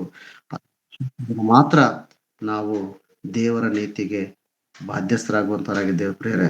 ಎಲ್ಲಾ ಮನುಷ್ಯರು ನೀತಿವಂತರಾಗುವುದಕ್ಕೆ ಯೇಸು ಕ್ರಿಸ್ತನನ್ನ ನಂಬುವುದೇ ಮಾರ್ಗ ಅನ್ನುವಂತ ಶೀರ್ಷಿಕೆ ನಮಗೆ ಎಷ್ಟು ಹೈಲೈಟ್ ಆಗಿ ಕಾಣುತ್ತೆ ನೋಡಿ 20ನೇ ವಚನದಲ್ಲಿ. ಆದ್ದರಿಂದ ಕರ್ತರಲ್ಲಿ ಪ್ರೀತಿಯುಳ್ಳ ಸಹೋದರ ಸಹೋದರಿಯರೇ, ನಾವು ದೇವರ ನೀತಿಗೆ ಒಳಪಡಬೇಕಂತಾರೆ ಯೇಸು ಕ್ರಿಸ್ತನ ಮಾರ್ಗಕ್ಕೆ, ಯೇಸು ಕ್ರಿಸ್ತನ ತೋರಿಸಿರ್ತಕ್ಕಂಥ ಮಾರ್ಗಕ್ಕೆ ನಾವು ವಿಶ್ವಾಸಿಸಿರ್ಬೇಕು. ಯೇಸು ಕ್ರಿಸ್ತನ ನನ್ನ ನಂಬುವುದೇ ನಮ್ಮ ಪ್ರಥಮ ಗುರಿಯಾಗಿರ್ಬೇಕು. ಆ ಗುರಿಯನ್ನು ನೀನು ಸಾಗಿದ್ರೆ ಮಾತ್ರ ನೀನು ದೇವರ ನೀತಿಗೆ ಬಾಧ್ಯಸ್ಥನಾಗಿರ್ತೀಯ ಅನ್ನುವಂಥದ್ದನ್ನ ಹೇಳ್ತಾ ಈ ವಾಕ್ಯವನ್ನ ನಾನು ಇಲ್ಲಿಗೆ ಮುಗಿಸ್ತಾ ಇದ್ದೇನೆ ಪ್ರೇರೆ. ಕಣ್ಮುಚ್ಚಿದ್ದೆ ಆದ್ರೆ ನಾವು ಪ್ರಾರ್ಥನೆ ಮಾಡಿಕೊಳ್ಳೋಣ ಪ್ರೇರೆ. ಭೂಮಿ ಆಕಾಶಗಳನ್ನುಂಟು ಮಾಡಿದ ನಮ್ಮ ಪರಲೋಕದ ತಂದೆಯ ನಾಮಕ್ಕೆ ಸ್ತೋತ್ರ ದೇವ. ದೇವ, ಮನುಷ್ಯರ ನಿಬಂಧನೆಗಳು, ಮನುಷ್ಯರ ಆಚಾರ ವಿಚಾರಗಳು ದೇವರ ನೀತಿಗೆ ಯಾವ ರೀತಿ ವಿಭಿನ್ನವಾಗಿದೆ ಅಂತಕ್ಕಂಥದ್ದನ್ನು ನಿನ್ನ ಮಕ್ಕಳಿಗೆ ನೀನು ಹೇಳಿಕೊಟ್ಟಿರ್ತಕ್ಕಂಥ ಕೆಲವು ಸಂಗತಿಗಳ ಮೂಲಕವಾಗಿ ತಿಳಿಯಪಡಿಸಿದ್ದೇನೆ ತಂದೆಯೇ. ನಿನ್ನ ಮಕ್ಕಳ ಮನೋನೇತ್ರಗಳನ್ನು ತೆಗೆದು ದೇವ, ಹೇಳಿರ್ತಕ್ಕಂಥ ವಾಕ್ಯವನ್ನ ಸುಸ್ಪಷ್ಟವಾಗಿ ಅರ್ಥ ಮಾಡಿಕೊಂಡು ದೇವ, ವಾಕ್ಯದ ವಿಭಜನೆ, ವಾಕ್ಯದ ಸಾರಾಂಶವನ್ನು ಸರಿಯಾದಂತ ರೀತಿಯಲ್ಲಿ ಗ್ರಹಿಸಿಕೊಳ್ತಕ್ಕಂಥ ಶಕ್ತಿಯನ್ನು ನಿನ್ನ ಮಕ್ಕಳಿಗೆ ಅನುಗ್ರಹಿಸಿಕೊಡ್ತಂದೆ ದೇವ. ನಾವು ಇಲ್ಲದೆ ಇರತಕ್ಕಂಥ ಯಾವುದನ್ನು ಕೂಡ ಬೋಧಿಸಿದೆ ದೇವ. ನೀನು ಸೂಚಿಸಿದ, ನೀನು ತೋರಿಸಿದ ಮಾರ್ಗದ ಮೂಲಕವಾಗಿ ನಿನ್ನ ನೀತಿ ಎಂಥದ್ದು ಎಂಬುದನ್ನಾಗಿ ತಿಳಿಸಿಕೊಟ್ಟಿದ್ದೇನೆ ದೇವ. ಅದನ್ನು ಅರ್ಥ ಮಾಡಿಕೊಂಡು ಆ ವಾಕ್ಯದ ಪ್ರಕಾರ ನಡೆದು ನಾವು ಕೊನೆಯವರೆಗೂ ಕೂಡ ನಮ್ಮ ವಿಶ್ವಾಸದಲ್ಲಿ, ನಮ್ಮ ಓಟದಲ್ಲಿ ನಾವೆಲ್ಲರೂ ಕೂಡ ದೇವ ಶಾಂತ ಚಿತ್ತರಾಗಿ ಧೈರ್ಯದಿಂದ ಮುಂದೆ ಸಾಗುವಂತ ಶಕ್ತಿಯನ್ನು ನಮಗೆ ಅನುಗ್ರಹಿಸಿಕೊಡ್ತಂದೆ ದೇವ. ಇಲ್ಲಿ ಸೇರಿರತಕ್ಕಂಥ ಪ್ರತಿಯೊಬ್ಬ ಸಹೋದರ ಸಹೋದರಿಯರನ್ನು ನಿಮ್ಮ ಕೈಗೊಪ್ಪಿಸ್ಕೊಡ್ತಾ ಇದ್ದೇವೆ ದೇವ. ಎಲ್ಲರನ್ನು ಆಶೀರ್ವದಿಸಿ ದೇವ. ಆತ್ಮಿಕವಾಗಿ ದೈಹಿಕವಾಗಿ ಕೂಡ ನೀವು ಅವರನ್ನು ಆಶೀರ್ವದಿಸಿ ಬಲಗೊಳಿಸುತ್ತಂದೆ. ಅವರಿಗೆ ಬೇಕಾಗಿರ್ತಕ್ಕಂಥ ಸಕಲವೂ ನೀವು ವಲ್ಲಾತರು ದೇವ. ಅವೆಲ್ಲವನ್ನು ಕೂಡ ಸಾಧ್ಯವಾದರೆ ಅನುಗ್ರಹಿಸಿಕೊಡ್ತಂದೆ ದೇವ. ಈ ಕಾರ್ಯಕ್ರಮದ ಬೆನ್ನೆಲುಬಾಗಿ ನಿಂತಿರ್ತಕ್ಕಂಥ ನನ್ನ ಎಲ್ಲ ಸಹೋದರ ಸಹೋದರಿಯರಿಗೋಸ್ಕರ ದೇವ, ವಾಕ್ಯವನ್ನು ಹೇಳ್ತಕ್ಕಂಥ ಈ ರಾಜ್ಯದ ಮೂಲೆ ಮೂಲೆಗಳಿಂದ ದೇವ ನಿನ್ನ ವಾಕ್ಯದ ಪ್ರಚಾರವನ್ನ ಮಾಡ್ತಕ್ಕಂಥ ನನ್ನ ಮಕ್ಕಳನ್ನ, ಅವರ ಕುಟುಂಬಗಳನ್ನ, ಅವರ ಆರೋಗ್ಯವನ್ನ, ಅವ್ರು ಮಾಡ್ತಕ್ಕಂಥ ಕಾರ್ಯದಲ್ಲಿ ನೀವು ಇದ್ದುಕೊಂಡು ದೇವ ನಾವು ಅವನ್ನ ಆಶೀರ್ವದಿಸುತ್ತಂದೆ. ಬೇಕಾಗಿರ್ತಕ್ಕಂಥ ಸಕಲವನ್ನು ಕೂಡ ನೀವು ಅನುಗ್ರಹಿಸುತ್ತಂದೆ ದೇವ. ಮುಂದಿನ ದಿನಗಳಲ್ಲಿ ನಡೀತಕ್ಕಂಥ ಈ ಸಭೆಗಳಿಗೋಸ್ಕರ ದೇವ, ವಾಕ್ಯದ ಪ್ರಚಾರವನ್ನ ಮಾಡ್ತಕ್ಕಂಥ ನಿನ್ನ ಮಕ್ಕಳಿಗೆ ಆರೋಗ್ಯ, ಭಾಗ್ಯ, ಕ್ಷೇಮವನ್ನ ದೇವ, ಆರ್ಥಿಕ ಸಹಾಯವನ್ನ ದೇವ, ಅವರಿಗೆ ಬೇಕಾಗಿರ್ತಕ್ಕಂಥ ಸಕಲವನ್ನು ಕೂಡ ನೀವು ಅನುಗ್ರಹಿಸಿ ಕೊಡುತ್ತಂದೆ ದೇವ. ಈ ಸಂದರ್ಭದಲ್ಲಿ ನನ್ನನ್ನು ಕೂಡ ನಿಮ್ಮ ಕೈಗೊಪ್ಪಿಸ್ಕೊಡ್ತಾ ಇದ್ದೇನೆ ದೇವ. ನನಗೆ ತಿಳಿದಿರ್ತಕ್ಕಂಥ ಅಲ್ಪ ಜ್ಞಾನವನ್ನು ದೇವನೇ ನಮ್ಮ ಮಕ್ಕಳಿಗೆ ತಿಳಿಯಪಡಿಸಿದ್ದೇನೆ ದೇವ. ದೇವ, ಇನ್ನೂ ಹೆಚ್ಚಿನ ರೀತಿಯಲ್ಲಿ ನನ್ನ ಜ್ಞಾನವನ್ನು ಸಂಪಾದಿಸಿಕೊಂಡು ದೇವ, ಸಾಧ್ಯವಾದರೆ ಇನ್ನೂ ಹೆಚ್ಚಿನ ರೀತಿಯಲ್ಲಿ ನಾನು ಸೇವೆ ಮಾಡುವಂತ ಅವಕಾಶ ನೀವು ಅನುಗ್ರಹಿಸಿ ಕೊಡುತ್ತಂದೆ ದೇವ. ನಮ್ಮ ಪ್ರಾರ್ಥನೆ ಕೇಳಿದಿರಿ, ವಂದನೆಗಳು. ನಮ್ಮ ಎಲ್ಲ ಸಹೋದರ ಸಹೋದರಿಯರನ್ನು ನಿಮ್ಮ ಕೈಗೆ ಮತ್ತೊಂದು ಆವರ್ತಿ ಒಪ್ಪಿಸಿಕೊಡ್ತಾ ನಮ್ಮ ಪ್ರಾರ್ಥನೆ ಕೇಳಿದಿರಿ, ನಿಮಗೆ ವಂದನೆಗಳು. ಯೇಸು ನಾಮದಲ್ಲಿ ಪ್ರಾರ್ಥನೆ